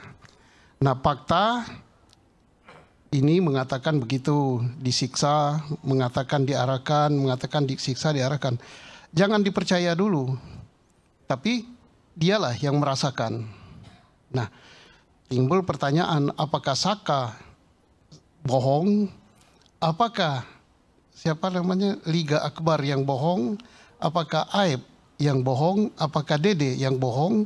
Kita tidak bisa menilainya itu. Faktanya itu. Saya katakan tadi, dalam laut bisa diduga, dalam hati siapa tahu. Fakta yang kita lihat adalah berita acara. BAP kita bisa lihat bahwa tidak ada bantahan, yang membuat laporan polisi itu adalah Rudiana. Dan dia tahu karena dia polisi bahwa masih ada BAP satu lagi yang belum dicabut dan masih hidup. Laporan polisi satu lagi, yaitu di satuan yang lain di Polres Cirebon Kabupaten, yaitu laporan polisi tentang kecelakaan lalu lintas. Laka lantas, ya. Yang tuntas pemeriksaannya. Oh, sudah tuntas? Tuntas kan, karena tidak ada yang bertanggung jawab. Mengapa tidak ada yang bertanggung jawab? Karena itu kecelakaan lalu lintas tunggal. Tunggal, oke. Sehingga karena kecelakaan lalu lintas tunggal tidak ada yang bertanggung jawab. Itu hasil penyidikan Polres Cirebon. Tentunya tidak sembarang mereka menentukan itu melalui gelar dan sebagainya, putusannya itu. Dan kasus yang di Polres Cirebon itu tidak pernah dilimpahkan ke Polres Kota, tidak pernah juga ditarik oleh Polda Jawa Barat. Dan wilayah hukum Polres Cirebon masih tetap itu. Kemudian kita hormati ini putusan. Nah, kemudian timbullah laporan polisi di Polres Kota Cirebon. Itu Rudiana yang buatnya, jelas itu. Jadi saya tidak bohong, kalau itu jelas bisa dilihat kan Rudiana. Yang persoalannya adalah apakah isi laporan itu benar apa tidak. Nah itu Rudiana yang bisa tahu. Tapi kan begini Pak Susno, saya harus potong sebentar. Oke, pada tahap awal dianggap sebagai kecelakaan tunggal, tapi kemudian ditemukan bukti baru yang mengarah pada pembunuhan. Bagaimana? Tidak dianggap. Tapi memang betul kecelakaan tunggal sesuai dengan putusan Polres Cirebon ya, Kabupaten. Padahal kan kemudian ditemukan bukti baru yang kemudian disidangkan sampai pada tahap Mahkamah Agung. Untuk laporan polisi itu tidak ada bukti baru. Ini laporan polisi lain. Laporan polisi lain yang TKP-nya adalah wilayah Cirebon Kota. Ada dua laporan polisi? Ada dua laporan polisi. Nah di wilayah Cirebon Kota ini pembunuhan. Inilah yang dibuktikan. Nah, untuk membuktikan ini menjadi debatable. TKP-nya di mana? Kalau TKP-nya yang di Jembatan Layang itu adalah Polres Kabupaten. Jadi yang tadi kecelakaan tunggal tadi selesai sudah? Selesai. Tiba-tiba ada muncul? Ya kita hormati ada laporan baru. Wilayahnya Cirebon Kota. Beda Polres. Beda Polres. Beda Polda. Beda Polda. Beda juga kejadian. Mohon maaf, beda Polres, beda Polres. Polda sama. Iya, beda Polres ya. Satu Polres Kota, satu Polres Kabupaten. Ya, persoalannya berbeda. Yang di sini kecelakaan lalu lintas, yang di sini pembunuhan. Iya. Nah, pembunuhan ini timbul pertanyaan nanti TKP-nya yang mana? Nah, kalau TKP di belakang showroom, ya di situ ditemukan apa? Saya nggak akan jawab ditemukan apa, kita bisa tahu sendiri apa yang ditemukan. Kalau di SMP 11 ditemukan apa, ya silakan dijawab. Ya, tidak ada darah dan lain sebagainya, memang ada kejanggalan di situ. Bagaimana putusan pengadilan gitu? Kalau kita kembali ke putusan pengadilan adalah sudah mempunyai kekuatan hukum tetap. Oke, baik. Tetapi permasalahannya justru itu yang jadi masalah. Kalau itu tidak dipermasalahkan, maka kita tidak hadir di Rakyat Bersuara sampai dengan 11 pekan. Kan gitu. Nah, mana yang benar? Inilah kita tunggu putusan pengadilan. Baik, saya ke Bung Pitra. Bung Pitra, Anda mengatakan punya... Mas boleh menambahkan sedikit, Mas? Sedikit saja, Bu. Saya mau ke Bung Pitra nanti. Nanti saya berikan kesempatan. Kaitannya dengan Pak Susno. Dikit saja, silakan. Ya. Jadi kalau betul ada dua laporan itu memang betul, Mas. Karena terkonfirmasi di sidang 2017 itu anggota yang melakukan oleh TKP kan disodorkan berkas di dalam berkas itu ada berkas Bu, biar Freddy dan Bu, ini. biar jelas TKP yang mana? TKP kecelakaan. Ya, TKP kecelakaan itu diperlihatkan kepada anggota Polres Sumber, Polres Kabupaten yang melakukan olah TKP. Pada saat itu anggota Polres Sumber mengatakan sketsa kecelakaan itu bukan dia yang bikin. Jadi sebetulnya anggota Polres Cirebon Kabupaten punya sketsa sendiri yang diperlihatkan di persidangan pembunuhan dan pemerkosaan tidak diakui oleh anggota Polres Sumber yang melakukan olah TKP kecelakaan. Itu memang terkonfirmasi di sidang 2017. Maksudnya gimana Bu? Jadi pada waktu dianggap sebagai kecelakaan kan di olah TKP, itu tidak diakui di pengadilan. Berkas yang olah TKP kecelakaan tidak dilampirkan dalam berkas pembunuhan dan pemerkosaan. Bu, Ibu berputar-putar. Jadi waktu ngolah TKP Polres Kabupaten diolah TKP kecelakaan lalu lintas, ada sketnya. Sket ini tidak pernah diberikan kepada Polres Kota. Tahu-tahu di dalam sidang ada berkas masuk di situ adalah olah TKP kecelakaan dari Polres Sumber. Jadi ini ada penyusupan. Kok bisa? Begitu kan? Nah, jadi tidak usah panjang-panjang. Kok bisa gitu Pak Susno? Gimana ceritanya? Kok bisa seperti itu? Apa yang mungkin? Saya tidak tahu, tapi faktanya Ibu itu ngikut sidang ada seperti itu. Dan itu Ibu dapatkan faktanya dari Polres Kabupaten di Cirebon sana? Jadi yang tidak pernah, saya tidak pernah menyalahkan kok, anggota menyatakan seperti itu. Polres anggota Polsek yang melakukan olah TKP kecelakaan lalu lintas ketika disodorkan gambar itu menyatakan bukan saya yang membuat sketsa itu. Berarti dia punya sketsa sendiri yang olah TKP kecelakaan. Baik. Saya ke Bung Pitra. Bung Pitra, Anda punya foto yang kemudian Anda mau tunjukkan bahwa ini sebenarnya apa yang disampaikan ini kan seolah menyatakan bahwa ini kecelakaan kok, kecelakaan tunggal, sudah selesai, kenapa bisa di pembunuhan dan sebagainya. Anda punya fakta soal itu? Jawab Bu Titin dan teman-teman lainnya, saya ingin menyampaikan ada gium hukum di sini. Dormiun aliguando leges nunguam moriuntur, yang artinya hukum terkadang tidur, tetapi hukum tidak akan pernah mati. Jadi walaupun selama ini tidur dan ada yang menggoreng opini ini kecelakaan, ya. Menggoreng opini Anda katakan? Iya, menggoreng-goreng opini ini adalah kecelakaan sehingga bla bla bla, silahkan saja. Akan tetapi pada malam hari ini eksklusif saya kasih kepada Bung Aiman terkait dengan sepeda motor almarhum Eki dan helm almarhum Eki. Ini saya perlihatkan ini. Ya, ini motor apa ini? Ini motor. Ini belum pernah ditampilkan sebelumnya ya? Belum pernah. Katanya kan tabrakan ke tiang itu, ke tiang lampu jalan. Ini motor Eki dan Vina waktu itu ya? Iya. Ini belum pernah ditampilkan sebelumnya? Belum pernah ditampilkan sama sekali nih. Jadi motor ini ya, yang katanya itu kecelakaan. Kalau kita berpikir secara logika, kalau memang dia melakukan tubrukan ataupun tabrakan di lampu jalan itu, pasti ada yang pecah ini atau hancur. Di situ kita tidak lihat ada yang hancur atau pecah dari depannya. Di spakbor agak bengkok sedikit ya? Iya, cuma itu aja. Jadi terus yang kedua, helmnya bisa dilihat. Helm, Nah, itu helmnya masih ada kacanya itu. Terus ada tulisan di situ, Eki apa gitu. Ini helm Eki? Iya, Eki apa, itu yang dipakai di situ. Artinya apa? Kita berpikir logika sajalah. Dengan luka-luka yang begitu parah yang dialami oleh almarhum. Mohon maaf Bung Aiman, ini tangan kanannya ini patah dan ini jatuhnya luar biasa ke bawah, rosot. Terus rahang atas, rahang bawah itu patah. Giginya itu sudah bergeser. Patah juga. Terus ini tengkorak atasnya ini sudah lembek. Gitu loh, sudah lembek. Artinya ini lengan patah bahunya nih. Lengan baunya itu. Berarti kalau memang itu tabrakan, sudah kencang ini larinya itu. Sampai baunya ini patah ini ke bawah turun. Nah, tapi itu masih ada video-video, foto-foto lainnya yang kita punya bukti. Tapi saya tidak akan tampilkan itu karena itu untuk proses penyidikan.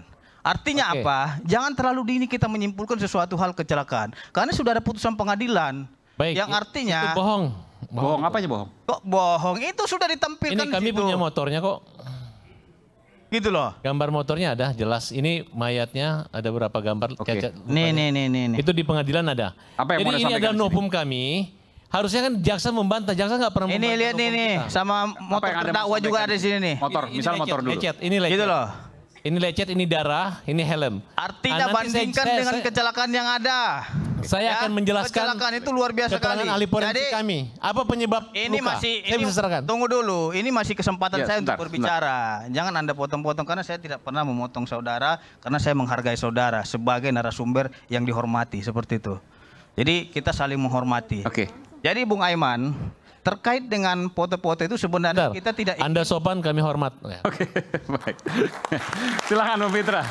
Ini gimana? Jadi kalau memang tidak siap untuk untuk mengutarakan pemikiran masing-masing, ya harusnya harus dihargai pendapat Ya, masing-masing orang, gitu loh. Artinya Anda silakan berpendapat, saya juga mempunyai bukti yang ada.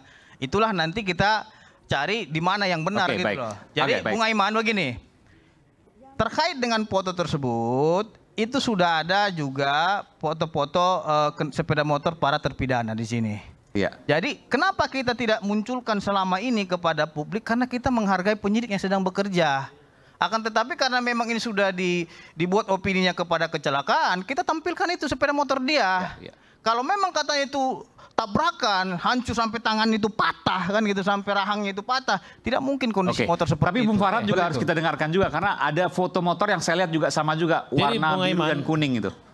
Foto motor, foto mayat, dan foto Eki maupun Pintu kita jadikan novum kita. Dan jaksa dalam jawabannya hanya mengatakan itu sudah pernah, tapi tidak menunjukkan bukti. Jadi saya pastikan itu gambar tidak sesuai. Kalau mereka berani hadir, harusnya jaksa hadirkan juga Rudiana, hadirkan laka lalu lintas, harus hadirkan pada saat kita melanjutkan peninjauan kembali untuk mereka membantah, bukan asal menampilkan gambar motor. Oke, saya jelaskan. Pada saat itu kami menghadirkan saksi dokter ahli forensik. Jelas kok ditanya kenapa bisa patah gitu tanpa ada lebam. Jawabannya gampang, bahwa itu terjadi karena ada benturan yang keras gitu. Tidak mungkin dilakukan oleh kayu atau tangan manusia. Kalau tangan manusia yang lakukan, otomatis ada kayak bentuknya lebam gitu ya. Nah, tapi karena cepat dia patah. Kenapa ada goresan? Ini gara-gara geseran karena. Tapi motornya kan nggak parah. Oh parah, motornya parah. Hanya lecet-lecet saya lihat. Lecet di mana Bu Titin yang gambar depan masih ada? Ya artinya Parah. kalau seandainya logikanya, saya paham maksudnya Bung Fitra. Kalau iya spakbornya itu pecah betul. Iya. Ada lecet. Ya. Tapi dibandingkan dengan kondisi korban, enggak. jauh. Justru kita minta dihadirkan polisi, penyidik yang ada mengolah TKP saat itu. Itu yang mereka sembunyikan sampai saat ini. Nah, karena kesimpulannya sampai terakhir pun di kedokteran, bukan Gunung Jati, visumnya itu tetap kecelakaan tunggal. Tidak ada ciri-ciri bahwa itu diperkosa. Disebutkan kecelakaan tunggal. Kecelakaan tunggal. Nggak ada, Penyerahan nggak. dari Pol. Mohon maaf Bung Polsek. Aiman, saya tanggap Polsek. ya. Ya. Nih, visumnya saya bacakan visumnya ya. Jadi ada visum mengatakan itu kecelakaan tunggal. Oh, bukan. Visum itu hanya mengatakan trauma tajam dan trauma tumpul. Itu penjelasan visum. Mana? Ya, yang Sunan Gunung Jati. Nih, Coba saya lihat. baca nih ya. Itu apa? Dokter dari mana? Udah nih tenang dulu. Oke, kita baca visum nomor 77 ya. Per nomor 77 tanggal 13 September 2016 perihal hasil pembongkaran makam dan Itu otopsi. Tunggu dulu. Itu otopsi tanggal 13. Visum et repertum. Itu otopsi. Baca buka halaman 18. Nih. Itu tanggal 13 September. Nih halaman 18 nih. Biar saudara baca nih. Ya, visum otopsi tanggalnya aja. Kalau dia tanggal 27 ya baru. Otopsi. Bung Jutek punya data juga? Otopsi. Apa yang Udahlah, Anda jangan malu-maluin lah. Ini baca nih. Otopsi. Sesuai dengan visum et repertum nomor 7. Oke. Repertum. Jadi baca. Tanggal Bung Jutek punya data soal ini? Jangan dikarang-karang gitu. Boleh. Jadi tuh ada tuh. Ya ini tanggal berapa ini? 13 September. Itu otopsi. Otopsi 13 September. Bedanya Itu otopsi bukan visum. Bedanya Mas apa? Aiman. Otopsi, visum, silakan. Udah gali kubur. Jadi baru itu. visum pertama itu oleh Rumah Sakit Gunung Jati itu pada tanggal 27 Agustus 2016. Itu belum dikubur. Sebelum dikubur. Karena itu Ya. dibawa ke rumah sakit. Ya.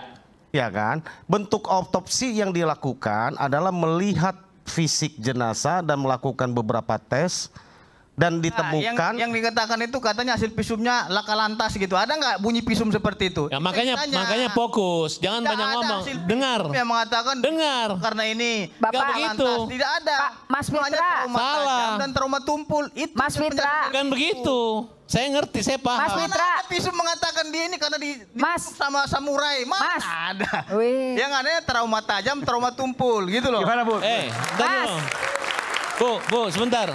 Kalau kalau berdebat sama gue, lu jangan ngarang-ngarang sendiri. Bukan berdebat, Anda tadi mengatakan visumnya itu karena laka lantas. Mana ada visum mengatakan laka lantas seseorang? Mas, kau salah dengar. Ada, Mas.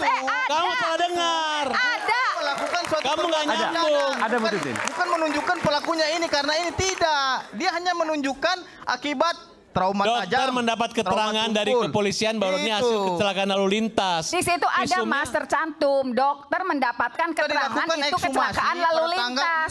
Tercantum di pemeriksaan awal. Itu keterangan lalu visum lintas. awal sebelum dikubur. Iya. Bukan visum otopsi. Bukan. Otopsi beda lagi memang hasilnya. Jadi ketika korban dibawa ke rumah sakit, dokter sudah menyatakan menurut keterangan itu kecelakaan lalu lintas. Itu disampaikan oleh Visum dokter. 27 Agustus Pada pemeriksaan awal. Yang mana? Buktikan 2016. dong, tunjukin di sini. Dokter yang mana mengatakan gitu loh. Fitra, emang lu Dokter pikir mana mungkin dokter mengatakan ini kecelakaan gitu? Itu namanya dokter abal-abal itu saya bilang.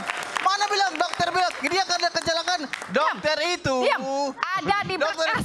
Ada di berkas, diam. Ini bagaimana nih? Anda duduk. Aneh. Jangan saya yang tahu berkas. Ada di Anda berkas. karena perempuan aja ya. Kalau bukan saya perempuan juga kalau maki-maki Anda. Duduk situ. Ada Anda di yang berkas. mendatangi saya di sini. Ada di berkas, Mas. Hey, Ada di berkas. Saya dokter tahu itu berkas. hanya menerangkan ada di visum. berkas. Ada di Dokter itu berkas. bukan orang pelakunya. Dia bukan saksi fakta. Enggak. Ngerti Mas, nggak? ini- Bukan saksi fakta, ini dokter. dia harus luruskan ya. Jadi jangan karena nggak ada dibilang gunanya lu. kecelakaan. Bobot lu nggak ada. Gini. Dokter itu Karena gini. hanya menerangkan Karena visum. begini. Jadi gini, Apakah saya dia menjelaskan karena benturan, bahwa apakah dia luka dokter tajam itu atau mengatakan, trauma tumpul. dokter tidak ada mengatakan itu pembunuhan atau kecelakaan. Karena keterangan dari polisi membawa itu Ada kecelakaan tulisannya. dari keterangannya kecelakaan. Ada di Menurut keterangan kepolisian itu kecelakaan. dan dokumennya juga ada. Ada. Lagi sekarang kepolisian. visum hasil Tadi Anda bilang kecelakaan. kedokteran. Tunggal. Mana Andanya nggak Kan boleh dokter yang ngomong, Mas. Dokter yang ngomong. Baik, kita akan kembali saat lagi. Tetap bersama kami di Rakyat Bersuara. Gitulah. Jangan Visum macam-macam hanya lah. menerangkan Percayakan apa, sama polisi. luka apa. Itu aja.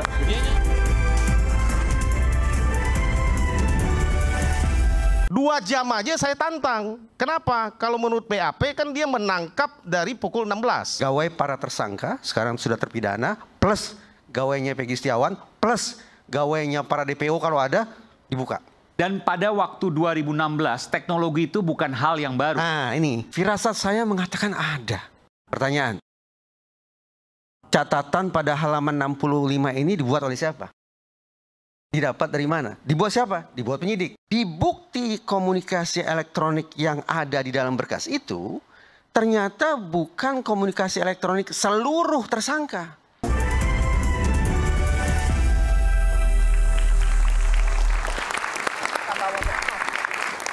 Ya, tadi perdebatannya cukup hangat, tapi sebenarnya saya belum masuk kepada inti permasalahan apa yang kita mau bahas hari ini tentang HP. Tadi saya terkejut mendengar Bung Reza mengatakan bahwa ketika HP dibongkar, maka kasus Vina dan Eki ini akan terbongkar. Dan hasilnya, menurut Bung Reza, akan berbeda dari apa yang diputuskan oleh hakim tahun 2016. Nanti kita akan dalami itu. Sebelum saya ke Bung Reza, saya ingin ke Bung Jutek dulu soal penarikan berkas. Apa yang Anda mau sampaikan di situ, Bung Jutek? Jadi gini Mas Aiman, tadi disampaikan oleh Mas Arianto bahwa seolah-olah Aibtu Rudiana itu tidak mungkin mengatur semua karena dia berpangkat hanya Aibtu sampai bagaimana mengatur sampai ke persidangan dan yang lain-lain. Dan logikanya masuk? Dan logikanya masuk, kenapa? Kami mempertanyakan ya dari awal saja para saksi yang sekarang kami hadirkan ya semua mengarahkan itu yang sekarang kami lagi uji lewat laporan kami ya kan. Dede mengaku bahwa itu diarahkan oleh Rudiana. Liga Akbar juga mengatakan demikian. Tetapi apakah di dalam oke lah katanya di awal diarahkan. Bagaimana di persidangan kan bebas. Betul. Bahwa dia bisa dong masa tetap masih di apa? tertekan atau dalam, dan buktinya kan tidak ditarik. Ya. Untuk Salah Mas saksinya, Aiman, saksi saya mau sampaikan, para terpidana konsisten ketika di persidangan, baca ini putusannya. Ya, ya. Semua terpidana. Semua terpidana 8-8-nya menyatakan bahwa BAP yang mereka lakukan dengan penuh intimidasi, siksaan dan tidak benar, dan mereka cabut depan persidangan. Oke. Hanya Sudirman yang mengatakan dari 8 nih, 7-7-nya mengatakan ini ada di sini. Dan dicatatkan dalam putusan. Termasuk Saka Tatal. Termasuk Saka Tatal. Ini bisa dikonfirm ke Saka Tatalnya. Tidak benar katanya. Kenapa? Kami di BAP dengan penuh, dan itu memang sudah faktanya sudah diungkapkan dari tahun 2016. Semua terpidana menarik kecuali Sudirman tadi. Sudirman. Dan Sudirman mengatakan betul. Tapi saya mengarahkan sesuai dengan apa yang dituliskan di depan papan tulis. Oke, kalau yang saya mau tanya saksi, ada Liga Akbar, kemudian Dede, kenapa itu juga tidak menarik pernyataannya? Padahal kan dia disuruh. Itulah yang kami jadikan novum sekarang. Kalau saat itu Dede berkata seperti sekarang dan Liga Akbar berkata seperti sekarang, saya yakin jalan ceritanya pasti akan berbeda. Peristiwa ini oleh Aibtu Rudiana didengar adalah dari Aib dan Dede yang mengaku peristiwa itu ada. Saya tidak tahu peristiwa timpuk-timpukan, karangan dan sebagainya macamnya. Saya yakin juga itu betul, itu pertama dari Aib. Saya yakin juga itu kalau saya pribadi. Kenapa? Karena ada peristiwa tanggal 25 Agustus. Di mana Aib ini pernah digerebek oleh warga, dan warga itu adalah termasuk para terpidana ini. Dan di dalam pengakuan terbaru dari Dede, rupanya Aib ini sakit hati kepada para terpidana. Dan menurut pengakuan Dede, kenapa? Kan kita nggak tahu apa-apa. Ini pengakuan Dede, ya kan? Saya dendam sama mereka. Kalau itu saya yakin itu cerita Dede.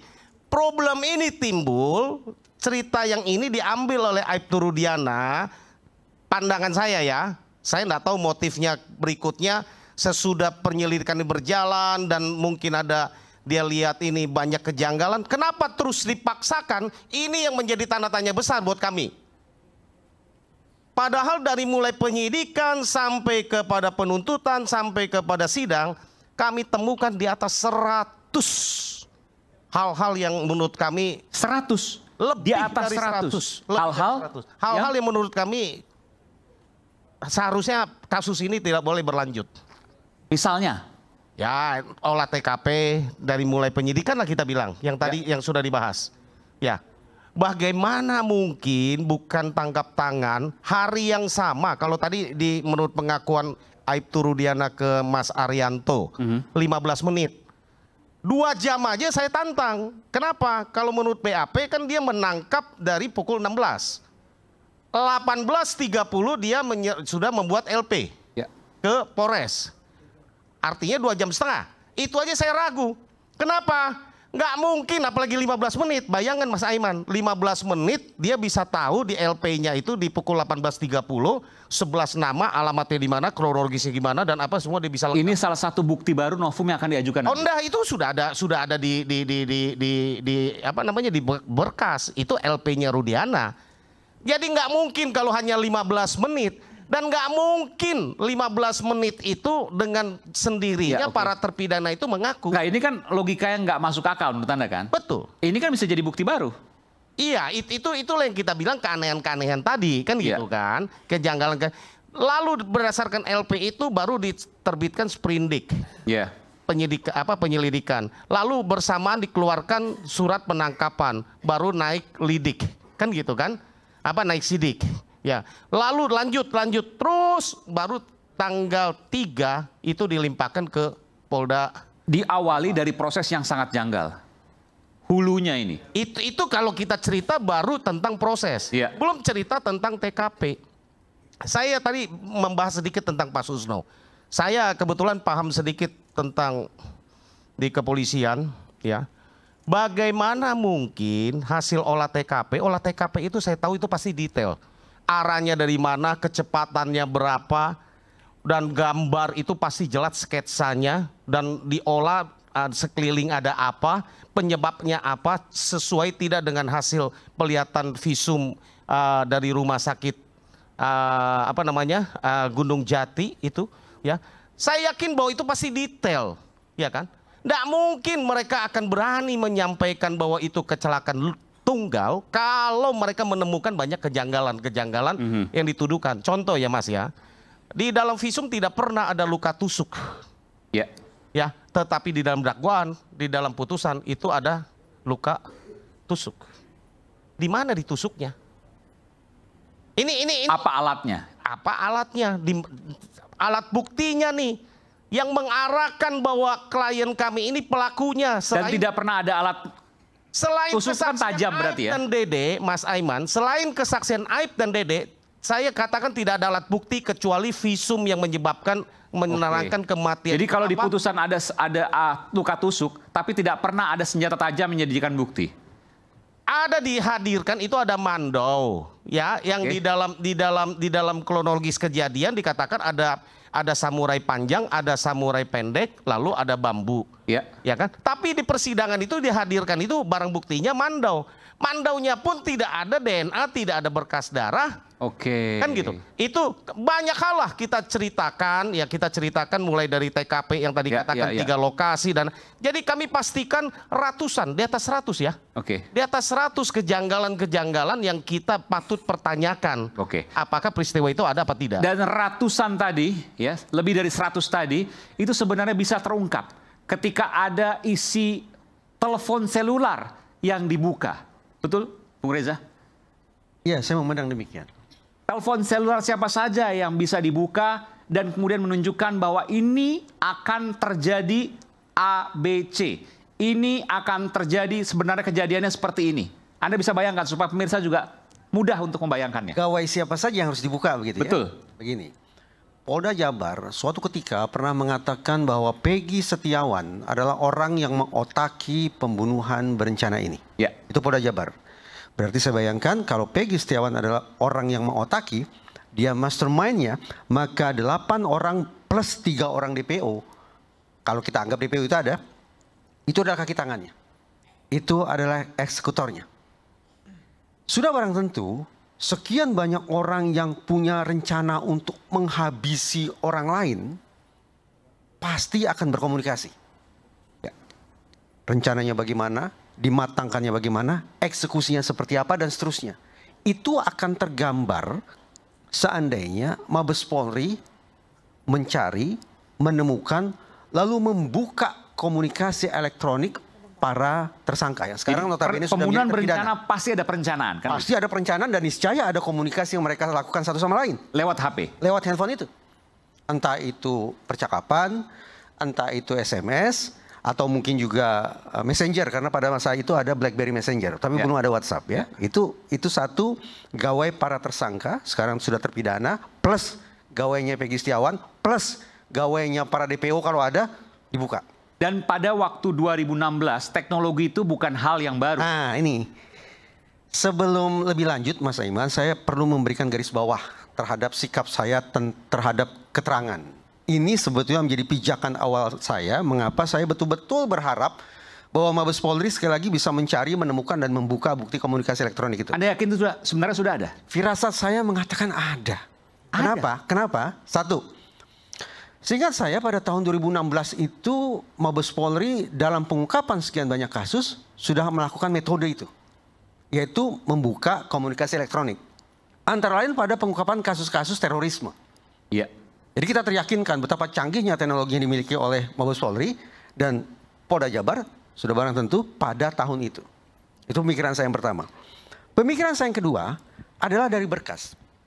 Ini agak panjang ya. Di dalam berkas yang tebal itu, di salah satu bagiannya tertera halaman 65. Di halaman 65 itu tertulis bahwa ada komunikasi antara Saka Tatal dengan Sudirman. Yang isi komunikasinya itu adalah via SMS. Bahwa Sudirman dan Saka Tatal berbincang tentang rencana pembunuhan tersebut. Pertanyaan. Catatan pada halaman 65 ini dibuat oleh siapa? Didapat dari mana? Dibuat siapa? Dibuat penyidik. Didapat dari mana? Kalau kita mau betul-betul mengandalkan bukti saintifik, maka isi halaman 65 tentang SMS yang konon dilakukan antara Sudirman dengan Saka Tatal itu harus bersumber dari bukti komunikasi elektronik yang dibuka oleh penyidik. Bukan konon, bukan katanya, bukan pengakuan, bukan keterangan. Karena sekali lagi saya skeptis terhadap kualitas keterangan. Oleh karena itu saya memilih untuk mencari di mana gerangan bukti komunikasi elektronik yang menjadi dasar bagi penyidik untuk menulis di halaman 65 bahwa sudah terjadi komunikasi seolah-olah via SMS antara Sudirman dengan Saka Tatal terkait dengan rencana pembunuhan. Dan jawabannya adalah? Ternyata tidak ada. Tidak ada? Tidak ada bukti komunikasi elektronik itu. Itu tertera dari mana tuh? Nah ini saya lanjut ya, Oke, silakan. Yang ada adalah cukup tebal juga sejumlah halaman tentang sebutlah bukti komunikasi elektronik yang isinya ada dua hal. Satu, data-data teknis yang hanya bisa dibaca oleh orang IT. Saya tidak sampai ke sana. Itu bukan urusannya psikologi. Urusannya psikologi forensik adalah mencari komunikasi satu sama lain, isinya seperti apa, lalu kita buat tafsiran. Apakah ini merupakan komunikasi yang mengindikasikan rencana pembunuhan? Ternyata dari sebagian berkas itu tidak ada satupun komunikasi yang bersangkut paut dengan rencana pembunuhan. Jadi dari mana dasar penulisan atau pencatatan di halaman 65? Tampaknya hanya mengandalkan pada keterangan. Wajar kalau saya ragu terhadap keakuratan catatan pada halaman 65 itu. Boleh jadi catatan di halaman 65 itu diperoleh oleh penyidik karena adanya intimidasi terhadap terperiksa. Terperiksa yang bercerita. Coba katakan, coba akui dengan cara-cara yang mungkin mengandalkan intimidasi, atau iming-iming, atau deception alias tipu muslihat.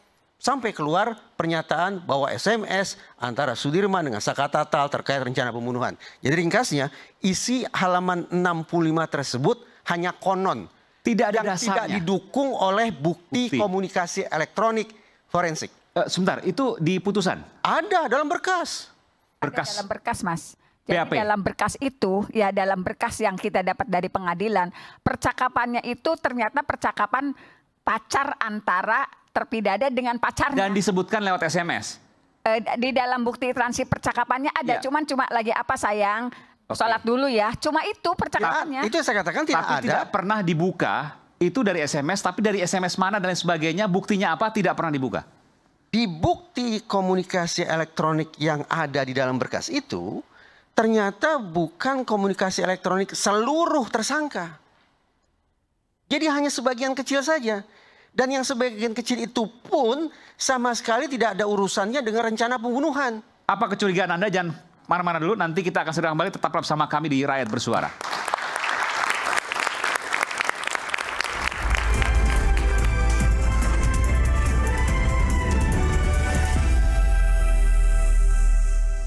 Kuat dugaan saya, isi halaman 65 tentang konon SMS antara Sudirman dan Saka Tatal adalah informasi rekaan belaka. Tidak semata-mata handphone Hadi dan pacarnya yang semestinya diekstrak oleh Polda Jabar. Tapi seluruh gawai para tersangka, ditambah lagi dengan gawai kedua korban, juga harus dapat perlakuan yang sama. Diekstrak sehingga kita peroleh informasi serinci-rincinya tentang siapa dengan siapa, berkomunikasi tentang apa, pada jam, menit, detik keberapa. Yang hari ini mungkin adalah hari terakhir untuk beberapa saat ke depan ya. Saya menemukan hal yang menarik di sini dari Bung Reza Indragiri. Jadi koreksi kalau saya salah ya, saya ingin sedikit menyimpulkan ya dari apa yang Anda sampaikan tadi. Jadi ada dua handphone yang kemudian ditulis dalam berkas pembunuhan. Salah satu berkas siapa itu? Begini ya, begini supaya tidak keliru. Ada dua dokumen, sebutlah ada dua dokumen. Dua dokumen, oke. Dokumen A kita sebut sebagai daftar alat bukti. Ya. Dokumen B kita sebut sebagai hasil ekstraksi data. Oke, ini yang ada di ekstraksi data. Ya, sekarang saya mau bicara tentang daftar alat bukti dulu. Oke, sebentar, saya mau jelaskan dulu. Jadi ada dua handphone, nanti Anda silakan tambahkan ya. Ada dua handphone, Hadi dengan pacarnya. Ya. Dia berbicara tentang rencana pernikahan. Betul. Tapi kemudian dua handphone ini katakanlah nomor A dan nomor B, di dalam berkas ditulis rencana pembunuhan antara Sudirman dan Saka Tatal untuk membunuh Eki. Di dalam, padahal isinya hanya sebenarnya pacaran antara Hadi dan pacarnya. Isi halaman 65 yang menyebut-nyebut bahwa seolah ada SMS antara Saka Tatal dengan Sudirman, itu tidak didukung oleh bukti ekstraksi data. Bukti ekstraksi dari handphone tersebut? Dari handphone. Yang ada dalam bukti ekstraksi data digital adalah komunikasi antara Hadi dengan pacarnya yang sama sekali tidak bicara tentang pembunuhan atau rencana pembunuhan apa-apa. Padahal nomornya nomor itu aja. Jadi kita pantas bertanya. Betul ya, nomornya nomor itu aja ya, 2 itu aja. Ya, di bukti ekstraksi data nomornya. Tidak ada nomor lain, hanya dua nomor handphone itu. Tidak ada bukti, tidak ada nomor-nomor Sudirman dan Saka Tatal, apalagi atau siapapun yang memperbincangkan tentang. Jadi kalau dibuka, Anda meyakini betul itu isinya adalah rencana pernikahan antara Hadi dan pacarnya. Sehingga bukan rencana pembunuhan seperti yang ada dalam berkas. Bukan. Lalu kenapa ditulis seperti itu dan apa tujuannya? Apa kecurigaan Anda? Berarti kuat dugaan saya, isi halaman 65 tentang konon SMS antara Sudirman dan Saka Tatal adalah informasi rekaan belaka. Yang diperoleh barangkali dengan cara-cara intimidasi kah itu, iming-iming kah itu, deception atau tipu muslihat kah itu. Intinya isi halaman 65 adalah mengandalkan pada keterangan. Dan itu semua dijadikan bahan pertimbangan putusan hakim. Tepat. Sayang beribu sayang, isi halaman 65 tentang konon SMS tersebut itulah dijadikan pertimbangan oleh hakim untuk memutus benar adanya sudah terjadi pembunuhan berencana. Padahal tidak ada bukti komunikasi elektroniknya. Ini kalau benar fatal sekali. Nanti saya tanyakan kepada Pak Arianto dan juga. Karena itu saya katakan, tidak semata-mata handphone Hadi dan pacarnya yang semestinya diekstrak oleh Polda Jabar. Tapi seluruh gawai para tersangka, ditambah lagi dengan gawai kedua korban, juga harus dapat perlakuan yang sama. Diekstrak sehingga kita peroleh informasi serinci-rincinya tentang siapa dengan siapa, berkomunikasi tentang apa, pada jam, menit, detik keberapa. Baru 2 nomor handphone Anda sudah menemukan kejanggalan yang luar biasa. Ternyata. Sehingga Anda menyimpulkan ketika semua dibuka, maka hasilnya akan berbeda dengan putusan 3 pengadilan. Betul. Anda yakin, sekali lagi saya menanyakan, Anda yakin dengan jawaban Anda? Nalar keilmuan saya membuat saya yakin untuk mengatakan kalau bukti komunikasi elektronik serinci-rincinya ditemukan lalu dibuka ke ruang hukum, maka sekali lagi, simpulan kita tentang kasus Cirebon 2016 akan berubah dan nasib para terpidana akan berbalik arah. Dari terpidana seumur hidup menjadi manusia bebas merdeka. Dari terpidana seumur hidup menjadi manusia bebas murni.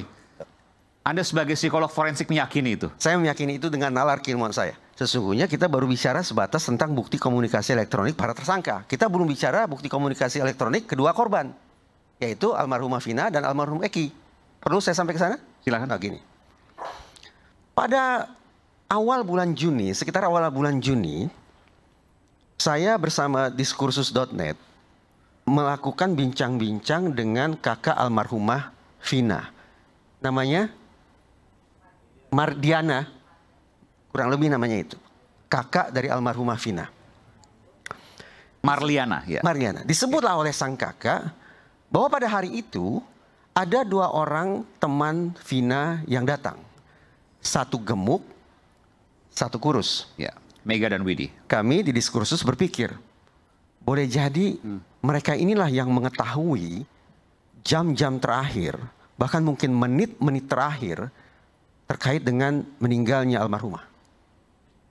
2 orang itu. Lalu diskursus melakukan penelusuran. Di Cirebon, bolak-balik ke sana kemari, akhirnya bertemu dengan 2 nama. Yaitu Widi dan Mega. Betapa terperanjatnya kami ketika kami berbincang dengan Widi dan Mega, mereka mengatakan bahwa selepas jam 22 masih ada komunikasi antara Vina, Widi, dan Mega. Satu yang mereka ingat, dalam komunikasi di menit-menit kritis itu, katakanlah demikian, Widi menggambarkan Vina dalam kondisi bersuka cita. Ya, jam 22.05. Saya sekitar itu, sekitar itu. Ya. Bersuka cita. Tidak tampak indikasi apakah Vina dalam kondisi takut, terteror, dikejar-kejar orang, mencari pertolongan, membutuhkan bantuan. Tidak ada indikasi ke sana. Tapi suasana hatinya riang gembira. Tambah lagi, tidak ada komunikasi yang mengindikasikan bahwa pada saat itu mereka dalam kondisi atau situasi mara bahaya yang perlu direspon selekas-lekasnya. Apa yang Anda mau sampaikan di situ?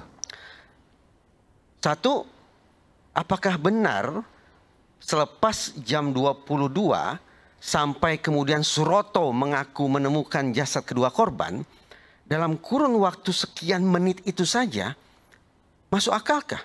Kalau kita bayangkan sudah terjadi penganiayaan, perkosaan massal, pembunuhan secara berkelompok, dan memindah-mindahkan jasad ke sekian titik dalam waktu hanya sekian menit.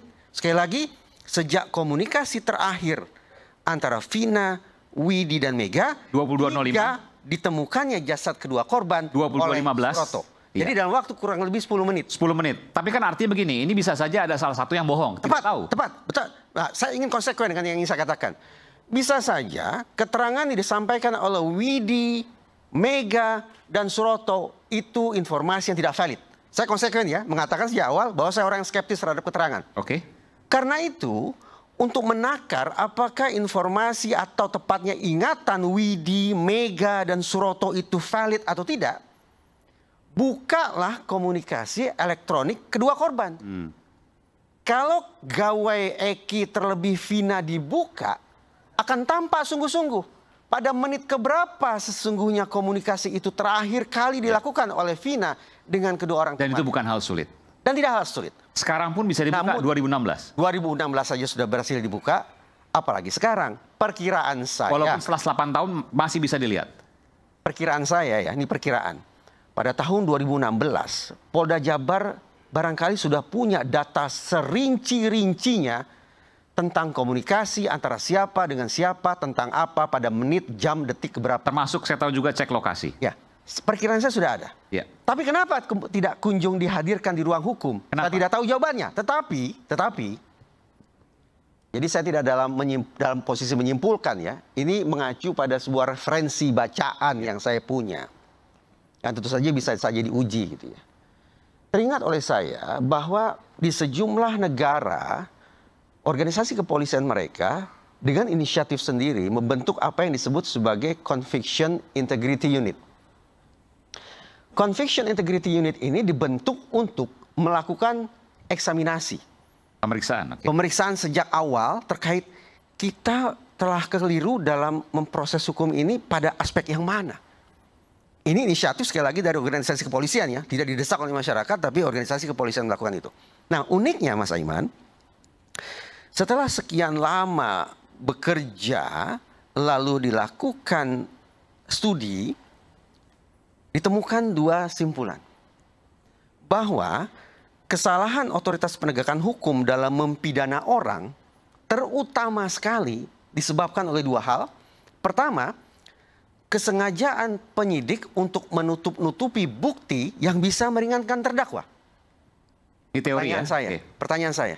Bukti komunikasi elektronik yang tidak utuh yang ada dalam berkas, apakah juga merupakan potret serupa? Bahwa penyidik pada tahun 2016 juga menutup-nutupi bukti yang sekiranya dibuka akan bisa meringankan terdakwa? Tanda tanya. Faktor kedua yang menyebabkan terjadi kekeliruan dalam memidana orang adalah ketika proses pengungkapan kasus terlalu mengandalkan pada keterangan. Baik keterangan saksi maupun keterangan tersangka. Tanpa didukung. Lagi-lagi terpikir oleh saya, kenapa potret serupa seakan juga muncul dalam berkas kasus Cirebon 2016? Yang di rakyat bersuara ini pula sejak awal saya katakan, saya mengendus kesan kuat, aroma yang kurang sedap. Bahwa kasus Cirebon 2016 adalah potret penegakan hukum, potret pengungkapan kasus yang terlalu mengandalkan pada keterangan namun minim bukti saintifik. pertanyaan-pertanyaan saya ini di kemudian hari ternyata dijawab lewat testimoni, bahkan bisa disebut sebagai otokritik oleh Kapolri sendiri. Ketika Kapolri Jenderal Listio Sigit mengatakan bahwa tahun 2016 pengungkapan kasus Cirebon tidak sungguh-sungguh taat pada kaidah saintifik. Sehingga benar sudah. Inilah contoh, saya ulangi sekali lagi dan sekali lagi, inilah contoh betapa pengungkapan kasus yang terlalu mengandalkan pada keterangan tapi minim bukti saintifik.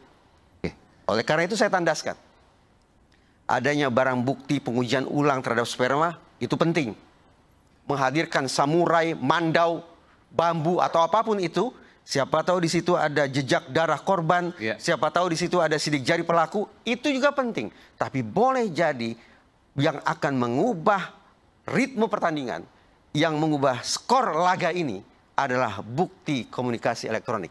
Kalau itu dibuka, dihadirkan ke ruang hukum, bahkan secara luhur oleh Polri sendiri, maka tidak tertutup kemungkinan simpulan kita tentang kasus Cirebon 2016 akan berubah dan nasib terpidana akan berbalik arah.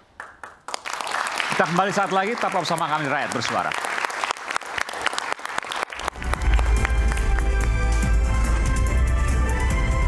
Keterangan terdakwa. Keterangan saksinya mana? Surat. Tunggu dulu dong. Ya, keterangan kita saksinya bicara mana? hukum di sini, bukan katanya-katanya. Itu sudah Enggak ada pertanyaan. Ini waktu saya bicara. Anda diam dulu. Tadi Anda sudah bicara. Anda diam dulu. Anda diam dulu. Apa artinya? Bung Aiman. Jadi orang-orang seperti inilah yang menyesatkan proses peradilan. Kalau memang dia mau bicara, silahkan nanti kasih 50 jam di sini. Bicara sendiri. Kamu dibayar. Kalau kita gratis, kita prodeo. Oke.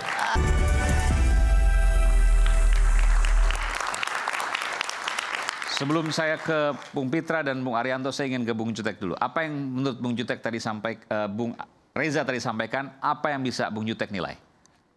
Saya sepakat dengan apa yang disampaikan oleh Pak Reza. Sepakat di mananya? Sepakat bahwa kasus ini bisa maju oleh karena hanya kesaksian Aib dan Dede dari awal.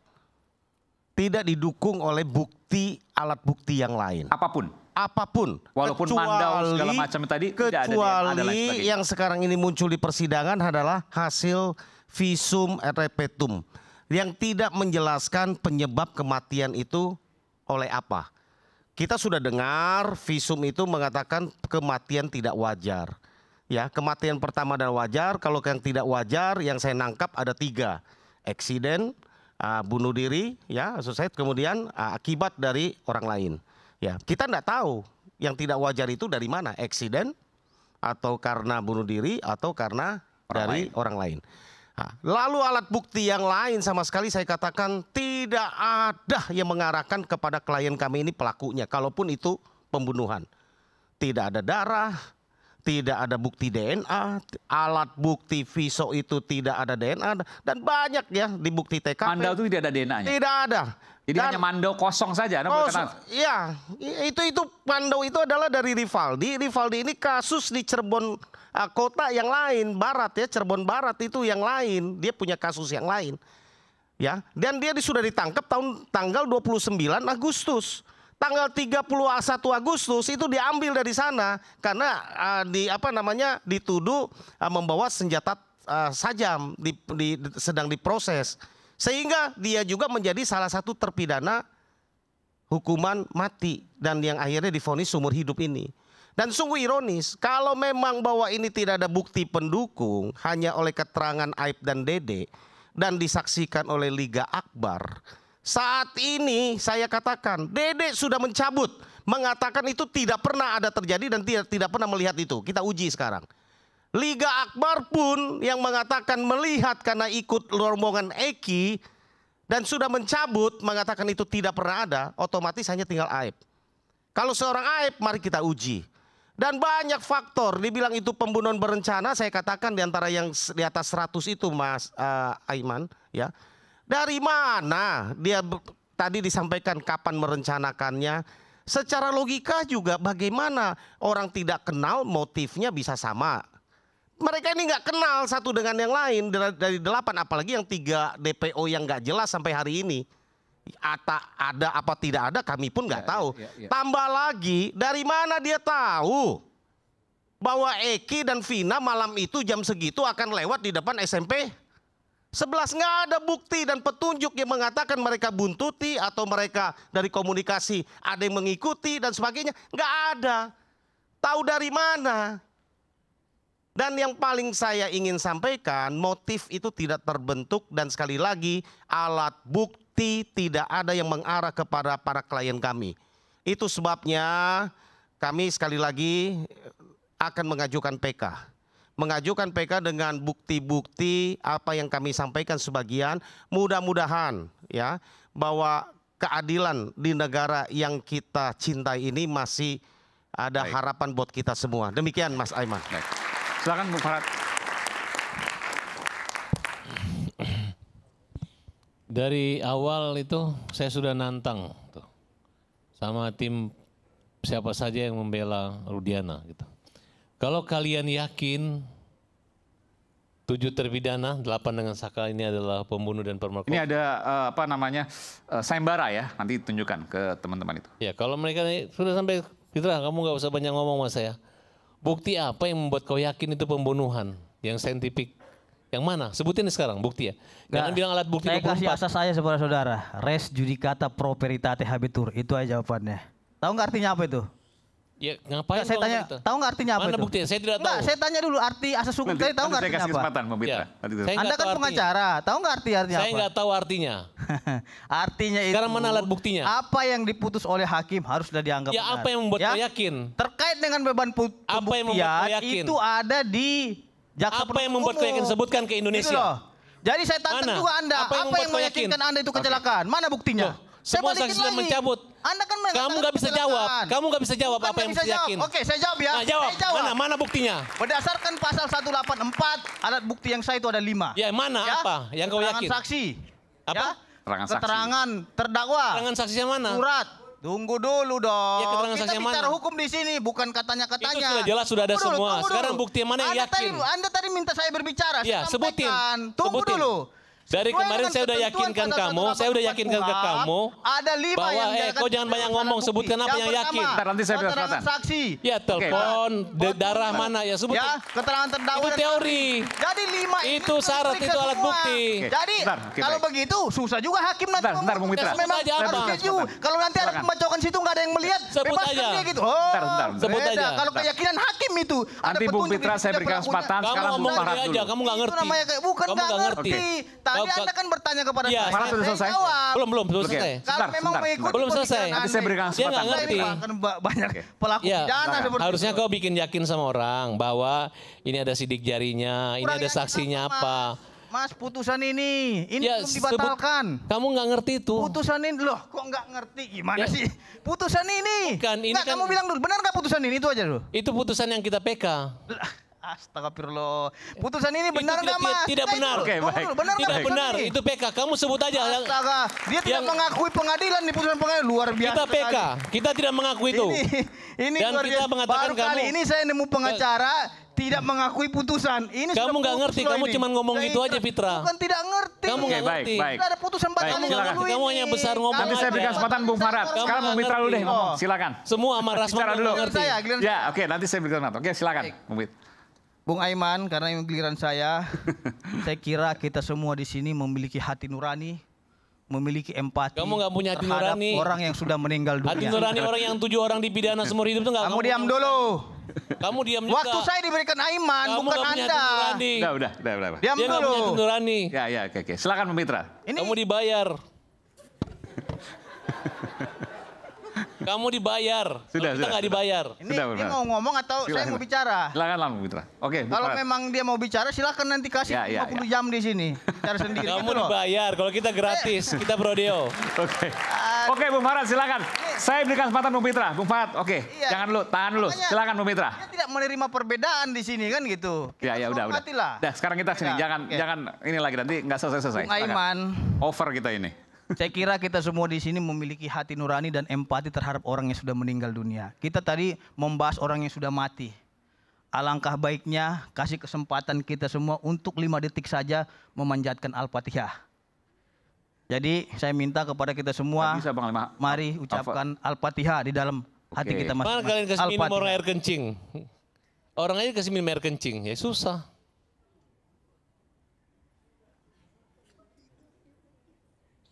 Baik. Itu adalah bentuk empati saya terhadap orang yang sudah mati. Terlepas kalian bilang itu salah atau benar, saya menghormati orang yang sudah mati. Kamu Karena dibayar. sudah mati. Jadi, Bung Aiman. Kamu bayaran, udah. Jangan ya. Silakan. Jangan menyerang pribadi. Silakan, Bung Mitra. Ini orang-orang seperti ini tidak menerima perbedaan. Sudah cukup. Silakan. Bung Aiman, saya ingin sampaikan asas hukum kita salus populi suprema lex exto, yang artinya bahwa keselamatan rakyat adalah hukum yang tertinggi. Kita sepakat bahwasannya sudah ada korban yang sudah meninggal dunia, 2 anak manusia. Kita sepakat apapun yang dilakukan oleh teman-teman itu, baik PK dan lain lapor polisi, silahkan kita hormati itu karena proses hukum. Tapi kita juga harus sepakat jangan kita menghakimi orang tanpa adanya putusan yang berkekuatan hukum tetap terhadap orang tersebut. Kalau berbicara terkait dengan sayembara, karena banyak saya lihat ini, sayembara buktikan ini, sayembara itu. Saya kira kita ini tidak menghargai aparat penegak hukum di sini. Gitu loh.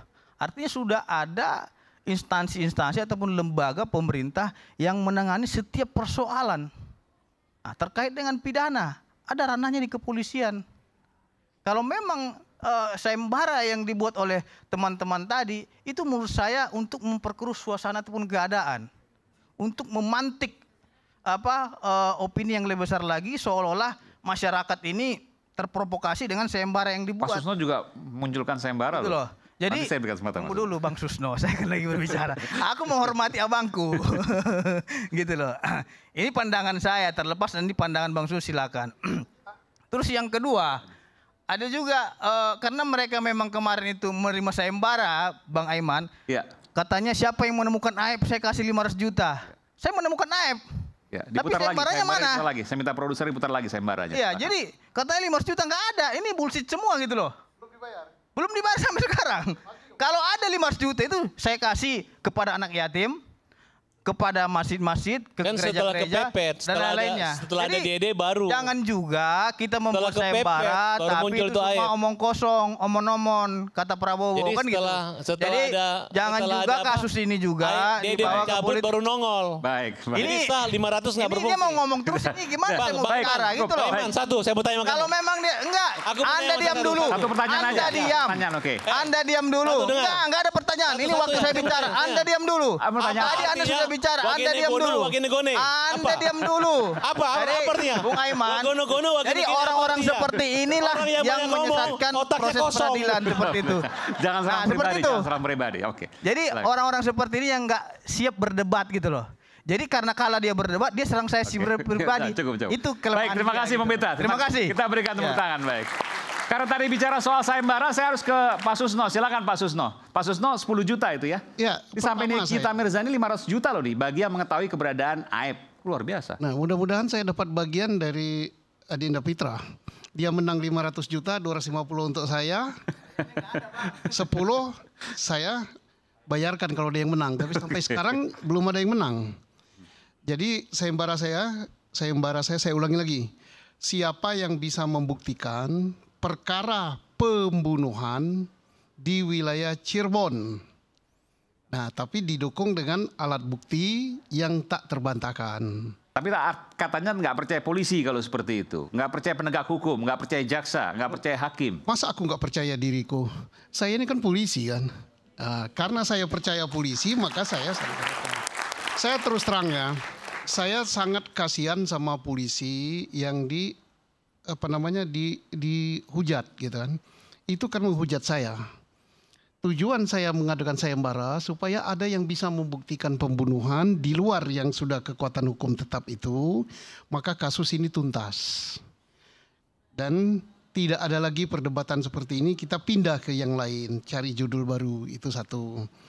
Yang kedua, sebagai kesimpulan, saya yakin Markas Besar Polri telah menurunkan tim kalau tidak salah untuk mengeksaminasi kasus ini. Pak Rudiana sudah diperiksa, yang lain-lain sudah diperiksa. Mudah-mudahan kebenaran itu muncul dari Mabes Polri. Amin. Sehingga Mabes Polri menyimpulkan bahwa perkara ini adalah ini. Maka nama Polri akan terangkat lagi, kepercayaan pada Polri luar biasa, dan mudah-mudahan pensiun saya juga akan naik. Oke, baik. Terima kasih. Baik, terima kasih Pak Susno. Saya ke Pak Arianto boleh. Pak Arianto, tadi saya ingin menjawab sedikit soal apa yang disampaikan oleh Bung Reza soal tadi ada perbedaan. Handphonenya siapa, isinya apa, tapi berbeda di berkas. Mungkinkah seperti itu? Enggak, saya tidak akan menjawab itu karena saya tidak bisa menentukan jawabannya. Tapi saya hanya ingin menyampaikan sebagai closing ya. Ya. Bahwa kita sekarang ini rame-rame ya, karena apa? Karena terjadi suatu proses peradilan yang kemarin itu dianggap sesat. Pertama kali munculnya tudingannya adalah kepada polisi. Karena polisinya tidak profesional. Polisinya bodoh lah rasanya gitu. Karena dia tidak menerapkan scientific crime investigation. Kira-kira kan itu kan. Tapi kemarin melihat daripada PK yang diajukan, itu semua tertuju kepada bagaimana hakim itu salah memutus. Yang kemarin itu yang muncul di situ.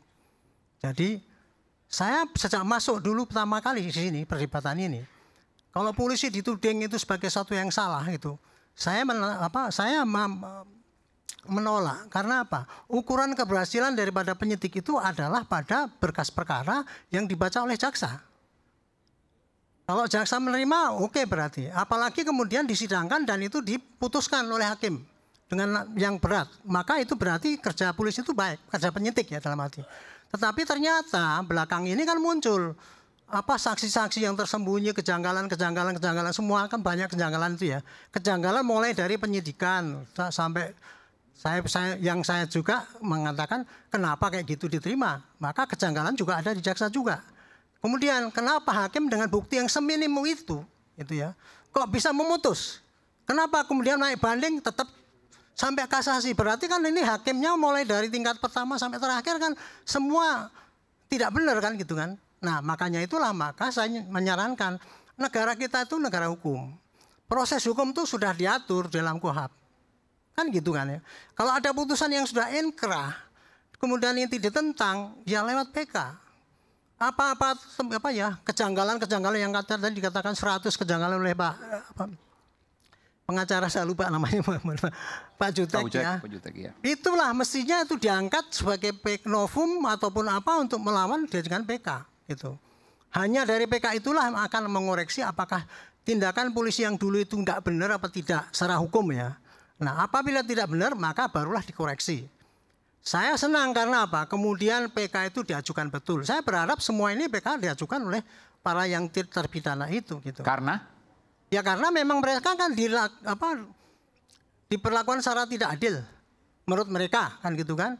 Padahal itu sudah inkrah. Hanya PK Pak itu yang boleh. Dan itu hak mereka untuk menyampaikan. Sampaikan semua temuan-temuan itu supaya disidangkan kembali. Baik. Itu kuncinya cuma itu tok ya gitu. Baik. Nah, kemudian saya ingin menyoroti Pak Indra Giri pakar forensik menyoroti bahwa ini kemarin tuh penyidikan salah, sesat. Karena apa? Masa pembuktiannya cuma pakai keterangan tersangka. Itu bukti yang paling lemah. Mestinya ada ini dibuka sini dan sebagainya kan itu ya. Kira-kira gitu ya. Saya tidak menyangkal itu betul. Cuman kemarin dari jaksa yang diomongin saya bisa ngambil intisari. Jaksa menanyakan, Bapak sebagai ahli, bagaimana kalau hakim itu sudah memutus berdasarkan minimal 2 alat bukti dan keyakinan hakim. Sedangkan hakim kita sekarang adalah alat bukti itu ada yang di dalam KUHP. Itu tadi keterangan saksi, keterangan ahli, petunjuk, terus kemudian keterangan terdakwa di pengadilan, surat dan dokumen. Hakim kemarin tahun 2016 itu memutus sudah didukung oleh 2 alat bukti. 2 alat bukti itu antara lain adalah keterangan saksi. Yang waktu itu ada yang tidak mencabut. Dengan keterangan saksi dan kemudian kondisi korban yang meninggalnya seperti itu dari otopsi dan sebagainya, maka dia cukup alat bukti minimal 2 untuk menyimpulkan keyakinan dia. Itulah maka dia memutus gitu. Saya tidak menyalahkan hakim waktu itu kalau memang dia mempelajari semua apa yang ada. Tetapi kemudian kan yang membingungkan kemudian adanya kesaksian yang dicabut. Akhirnya kan itu dianggap tidak benar. Makanya satu-satunya jalan ya silakan dikonter di PK. Saya mengharapkan ya nanti kalau PK ini dikabulkan, saya lebih senang. Karena apa? Maka akan diajukan penyelidikan ulang. Siapa sebetulnya yang bikin mati orang 2 orang itu? Makanya sekarang ada orang menuntut supaya diulangi lagi kan itu. Pak Kapolri sudah membentuk tim khusus tadi kata Pak Susno gitu. Dan saya tahu bahwa semua penyidik 2016 narapidana yang itu yang ada di dalam LP, kemudian penyidik yang ada di Polda termasuk di Krim Umnya, semua sekarang diperiksa di Mabes secara intensif untuk mengulang kembali apa yang sebenarnya dulu terjadi. Termasuk Rudian. Saran saya itu. Oke, baik. Ke depan ini lakukan kembali penyelidikan ulang. Caranya terbuka. Jadi setiap sidang ataupun gelar terbuka bisa dilihat orang banyak. Sehingga nanti kalau ada bukti-bukti nggak keluar, bisa masukkan gitu. Mudah-mudahan itu bisa menjawab keraguan rakyat yang selama ini sudah terbuai oleh pernyataan-pernyataan yang menganggap dirinya benar yaitu dan menganggap dirinya orang lain salah. Mudah-mudahan ini gonjang-ganjing ini bisa selesai dengan adanya putusan PK dan kemudian ada upaya dari Mabes Polri untuk secara terbuka mengulangi kembali penyidikan dengan scientific crime investigation dan bisa dimonitor oleh semua rakyat apakah polisi kita, hakim, jaksa itu masih bekerja dengan baik apa tidak. Baik, terima kasih. Satu sebut 2 detik. Mudah-mudahan sebelum putusan PK ada keputusan Polri juga. Kedua, kalau Pak Arianto bicara tentang PK kami sudah jelas ya. Peradilan ini harusnya perkara pidana anak itu ditunda dulu. Ini duluan yang anak yang 15 hari sidang, baru di sidang yang lain ngikuti perkara anak. Jelas pada keterangan ahli Pak Dr. Muzakir pada itu. Oke, baik. Bung Reza, terakhir silakan. Belajar tentang kehidupan saja. Saban kali bicara tentang orang-orang malang yang akhirnya harus masuk dalam penjara tanpa lewat proses peradilan yang benar. Saya selalu terkenang 2 nama nyata dan 1 nama fiktif. Bung Syahrir, Buya Hamka, dan Paman Doblang. Bukan Paman Usman ya, saya bicara Paman Doblang. Paman Doblang, oke. Tapi hitung-hitungan di atas kertas, sekaligus doa saya, siapa tahu pada pekan-pekan ke depan tidak lagi 3 nama, tapi insya Allah bertambah 8 nama dalam catatan sejarah penegakan hukum di Indonesia yang berubah statusnya. Kembali ke alam merdeka.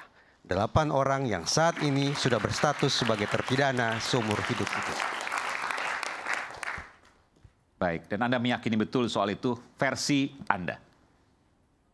Mudah-mudahan ampuh selama ini upaya sekaligus doa saya untuk mengetuk hati nurani teman-teman di Polri, termasuk sapaan saya ke Pak Kapolri untuk membuka bukti komunikasi elektronik para tersangka dan kedua korban.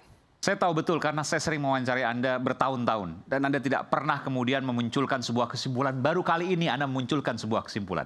Betul ya? Insya Allah kali ini simpulan saya akurat. Kesimpulan Anda kuat. Baik. Terakhir Saka, singkat saja apa yang Saka sampaikan. Tidak ada, cukup Mbak Titin, Bu Titin, cukup? 2016, 2017 ada 8 terpidana yang sampai saat ini masih mendekam. Yang saya yakini betul saya sudah lakukan banyak hal. Saya yakini betul tidak pernah melakukan perbuatan yang dituduhkan. Bapak-bapak anggota kepolisian, bagaimana apabila hal ini terjadi pada keluarga bapak-bapak yang memiliki kekuasaan? Mereka itu cuma kuli bangunan, Pak. Saya yakin betul di persidangan terdahulu adalah sidang yang tidak benar. Dan bukan hanya kepolisian, tentu ada kejaksaan juga, ada kehakiman juga. Ya. Dan mohon maaf, 3 institusi besar itu dulu saya tidak bisa menembusnya sama sekali. Sangat berat, sangat luar biasa berat. Mudah-mudahan tahun ini ada berita baru bagi 8 terpidana. Sakatata walaupun masih bebas, tapi predikat dia mantan terpidananya masih melekat. Dia harus punya masa depan, dia harus menikah, dia harus punya anak. Bagaimana bila mantan terpidananya masih melekat? Saya mohon kepada Bapak Kapolri, banyak berkas yang bisa saya berikan. Mangga saya menyerahkan semuanya. Tetapi pastinya saya meyakini 8 terpidana ini tidak pernah melakukan perbuatan yang dilakukan. Termasuk sebelah Ibu, Saka Tatal, Ya, Ibu Miati. Saka Tatal. Baik. 2 detik Mas. Silakan Pak Susno. Harapan kita kepada Mabes Polri, dan ini akan mengangkat citra Mabes Polri yang terpuruk, saya yakin itu. Kenapa yakin? Dalam malam ini terungkap, yaitu gawai. Dulu ada HP-nya Vina, dan saya yakin HP Vina itu masih ada. Mabes Polri akan buka itu, hal itu urusan gampang bagi Polri. Walaupun 8 tahun itu urusan gampang. Kan HP-nya masih ada kan? Iya. Masih ada pembicaraan antara Vina dengan lawannya, siapa namanya? Eki dan Mika. Dan saya yakin dari Mabes Polri lah kebenaran itu akan datang. Tepuk tangan. Baik. Ini sudah 11 pekan rakyat bersuara mengawal kasus kematian Vina dan Eki tanpa jeda, tanpa henti. Saya ulangi ya, lebih dari 10 pekan. Para tim pembela yang berperkara, ahli hingga saksi kunci bersuara di panggung ini. Dan hingga saat ini kita tunggu musabab kematian Vina dan Eki. Bersama kita mengawal untuk menggali dan barang tentu mengatakan yang sebenar-benarnya. Saya Aiman Wicaksono, sampai jumpa di Rakyat Bersuara selanjutnya.